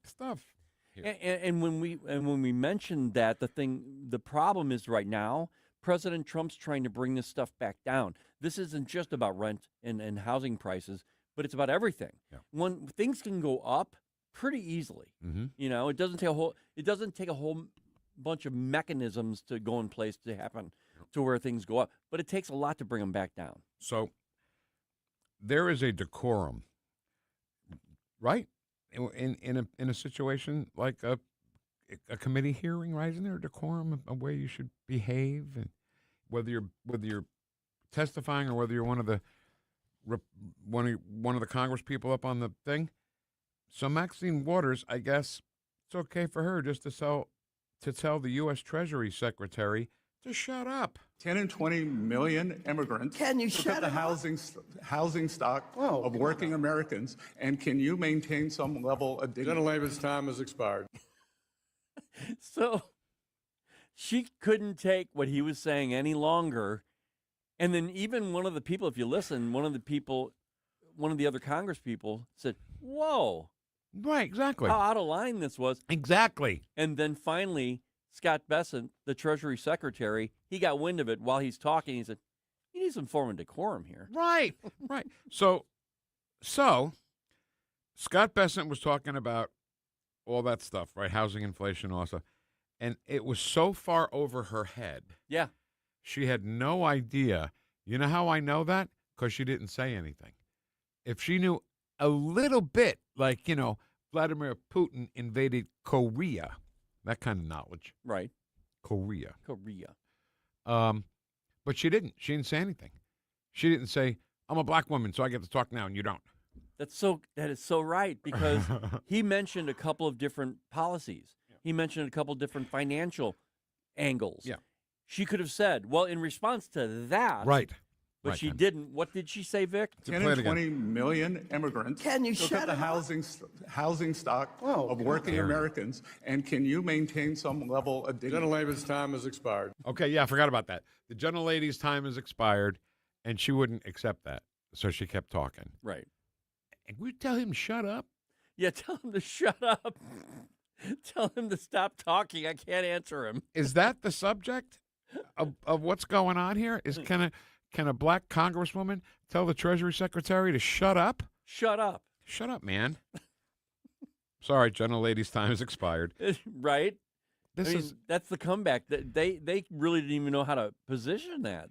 Ken, we need to win in 2026. This yeah. We need to win so we can play this audio with a Republican as the chairperson of that committee, so we can hear that part, because a Democrat wouldn't even let Scott Bessent talk about economics, basic economics, and she wouldn't have it. She would not have it because she didn't know what he was talking about. You're so right on that. I didn't really listen to it that way, But as you're listening to it, you realize maybe she just got so overwhelmed. She's like, I just got to tell him. Shut up. You know? Yeah. I mean, but think about that. That's the way that they say that. That's the way that they deal with it. Shut up. She is not. Shut your face. She is not afraid of speaking up. She never is. No. She's had some pretty boisterous arguments with people in Congress, and that was one of the greats right there, Scott Bessent. And Scott Bessent, too, there was another congressperson who was, thinking that he's talking to Scott Bessent, and I'm yelling at one of Trump's cabinet people, and I'm smart. And Scott Bessent just had a little handkerchief, and he was wiping off his glasses. Oh, that was the Virgin Islands lady. Plaxic. Moderate to severe plaxic. Yeah, her. Yeah. He's just wiping off his glasses like nothing's going on. Because nothing is going on. Let's face it. Nothing's going on. All right, Ken, whatever you're looking for, you better find it in the next 5 seconds because I'm ready to roll on here. Go ahead and roll. Okay. I was trying to find that audio of her is scolding. that in today's thing? I don't know if it's in today's, but it was her scolding him. Who is she to scold him? Oh, here it is. Number one. Hit it. Ma'am, that's incorrect. Excuse me. Let me get something straight with you first here. I've seen you interrupt everyone. When you come to someone's house, you respect their rules. And in this house, we don't interrupt individuals. And you're not going to interrupt my time. I'm going to give you time to respond. You may want to jot down some notes about things that you don't agree with me on so that you can respond to them at that time. But while I'm speaking, as the person holding this time, you will refrain from speaking, sir, until I am done. Until I am done, and then I will give you time to speak, okay? Look forward to the facts. Thank you. She has major control issues. Stacy Plaskett, a non-voting delegate from the Virgin Islands. Right. Why do we need that? Why do we need a non-voting delegate from the Virgin Islands? Your vote doesn't matter. What the hell's the difference? I don't know what the representation thing is there. Just to stir up some stuff. Yeah, probably. And Scott Bessent said, "Oh, I'm looking forward to the facts." Yeah, I am. And the whole time that she was talking like that, trying to take control over him, he's just wiping his glasses. I love it. Love it. All right. Good stuff. Oh, you know what? If we got car wash going, I got time to talk about Chris and Tim, our great afternoon show. We'll be at the Missouri GOP State Lincoln Days in Springfield. Are you going to throw anything in here because I want to be ready? Nope, you go right ahead, man. It's Friday, February 20th through the 22nd at the Oasis Hotel and Convention Center in Springfield, Missouri. Friday, February 20th. Tim Jones and Chris Arp Show live, part of the Mo GOP State Lincoln Days festivities. Just go to NewstalkSTL for more information. From 101.9 and 94.1, NewstalkSTL, number one for live and local conservative talk. Whoosh. Missed it, Ken. I'm sorry. It's all right.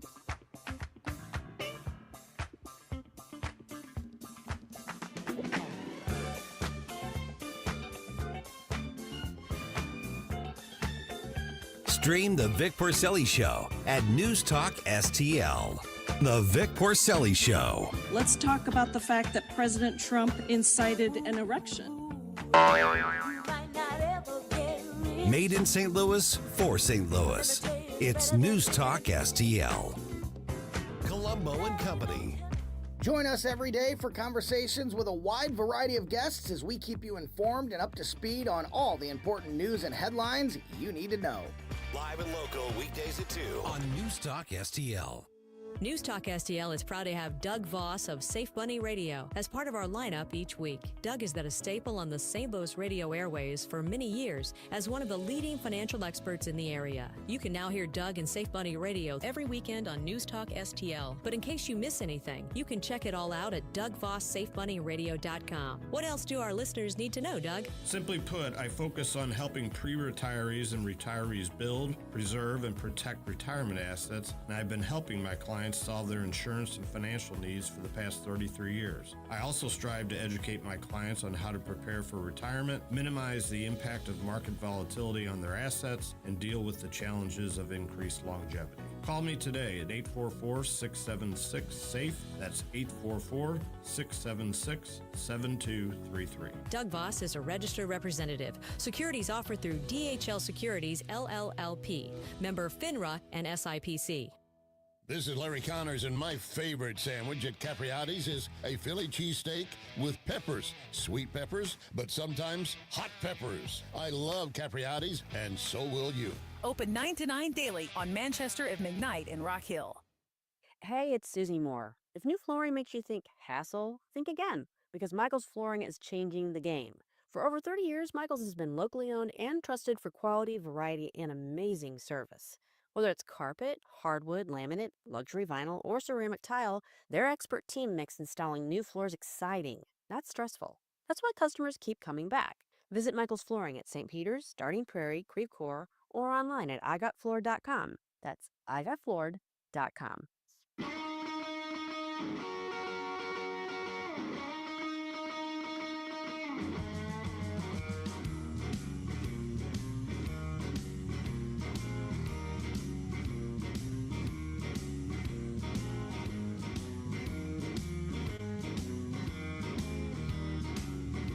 Talk lines are open now at 314-912-1019. The Vic Porcelli Show. Forget about it. Made in St. Louis for St. Louis. It's News Talk STL.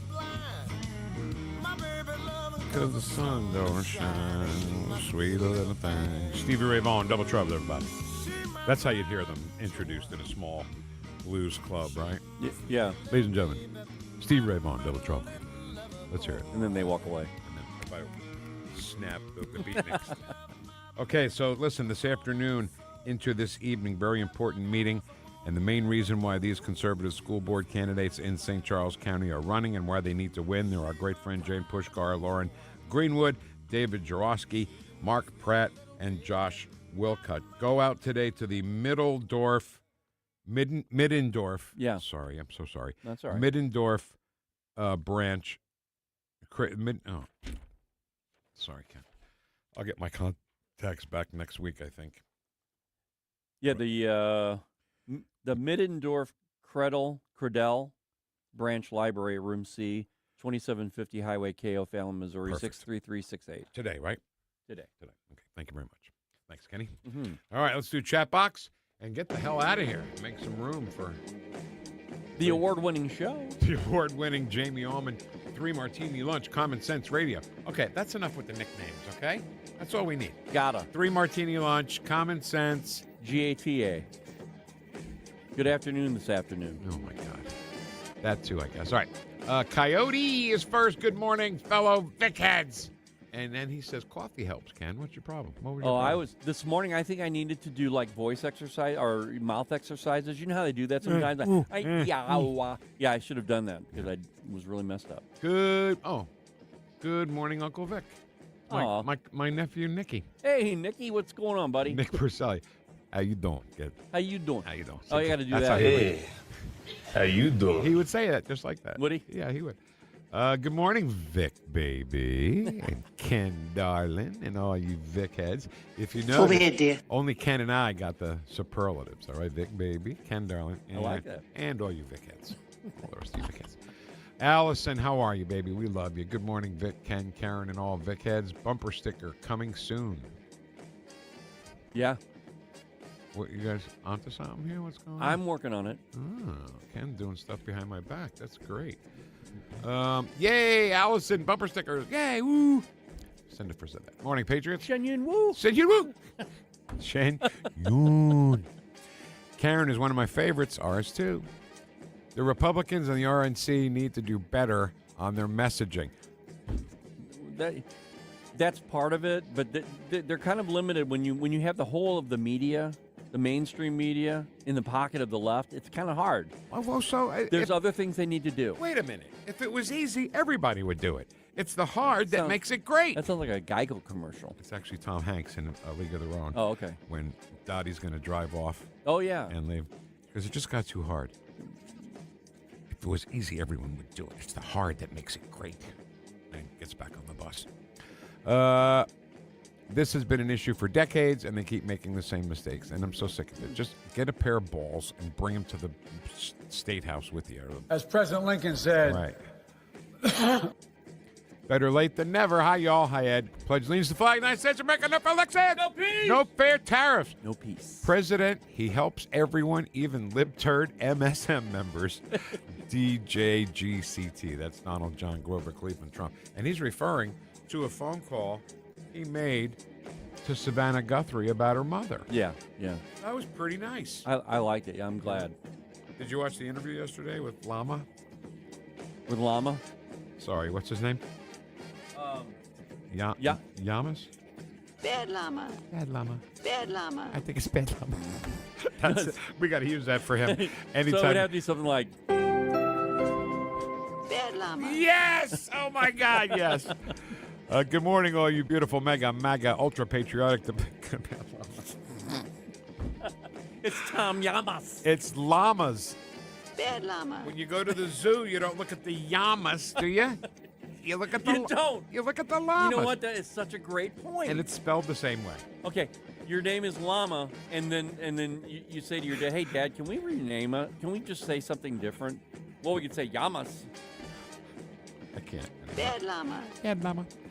I'm so upset with Republicans. They give in, resign, don't run again, get butthurt, whine, etc. And as a result, hurts us all. Yet them turds keep it constantly. They never give in. They circle the wagons. We don't know how to circle the wagons. No, we don't. You must have got manure for your brains. I love Levitt, but for God's sakes, can she please pronounce her T's? I wish she would, but it doesn't bother me. It's Putin, not Putin? Putin. She's not she saying says Putin. Putin. Oh, does she? Yeah, like my daughter. My daughter does this stuff, and I correct her. She goes, "Shut up." She's like, well, you know, your kids don't care. My kids when you correct them like that, they just kind of go, "Yeah, okay." Anyway, what I was saying before. You better watch how you talk when you talk about me. So maybe some of it is to purposely jab and offend the people that you're saying, like Putin. It could be. I mean, Senator Talent on this station says Putin. He does. So everybody says it different. So what's the difference? No, it doesn't bother me at all. I mean, I just notice it. George H.W. Bush called Saddam Hussein Saddam. Saddam Hussein. We're going to get Saddam. We're going to make him eat broccoli 1,000 points alike. I love Levitt. Oh, we just did that. Okay. Hey, Republicans, I want to win the midterms, guaranteed. Pass the SAVE Act and eliminate the filibuster. Duh. No brainer. What is the problem? It's going to happen. Understand. Mark this day down that we talked about it again. Because coming up, when the Democrats take control and then they kill the filibuster and pass everything they want, we're going to remember this day. I'm feigning marking. I see. I'm feigning marking the date. You're making me mad. No, on my mind? Sorry. Vic is acting like he's writing stuff as I'm talking. Yeah, I'm writing down the date. You said to write down the date. So I was feigning writing down the date. Nadler is... Excuse me while I whip this out. Watch out.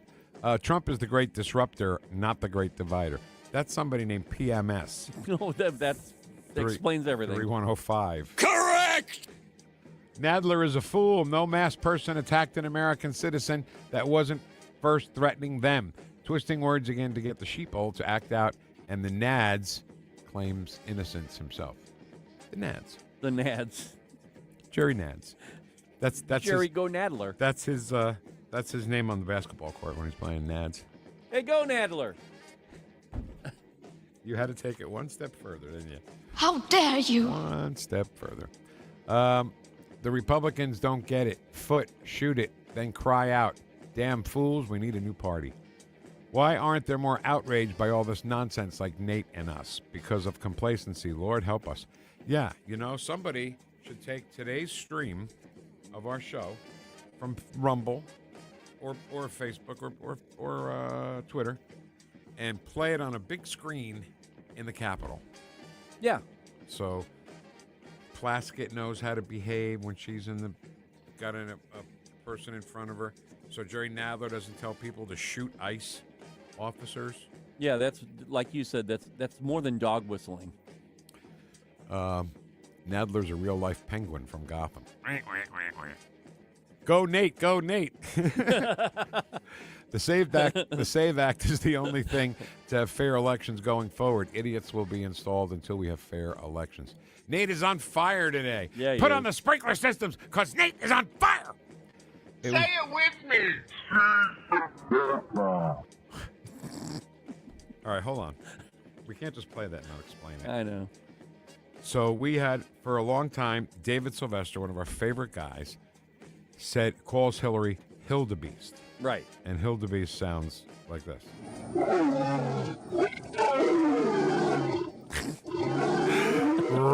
Like his what's going to question at the And then David said, well, then if she's Hildebeest, then Joe Biden needs to be Jildebeest. And that sounds like this.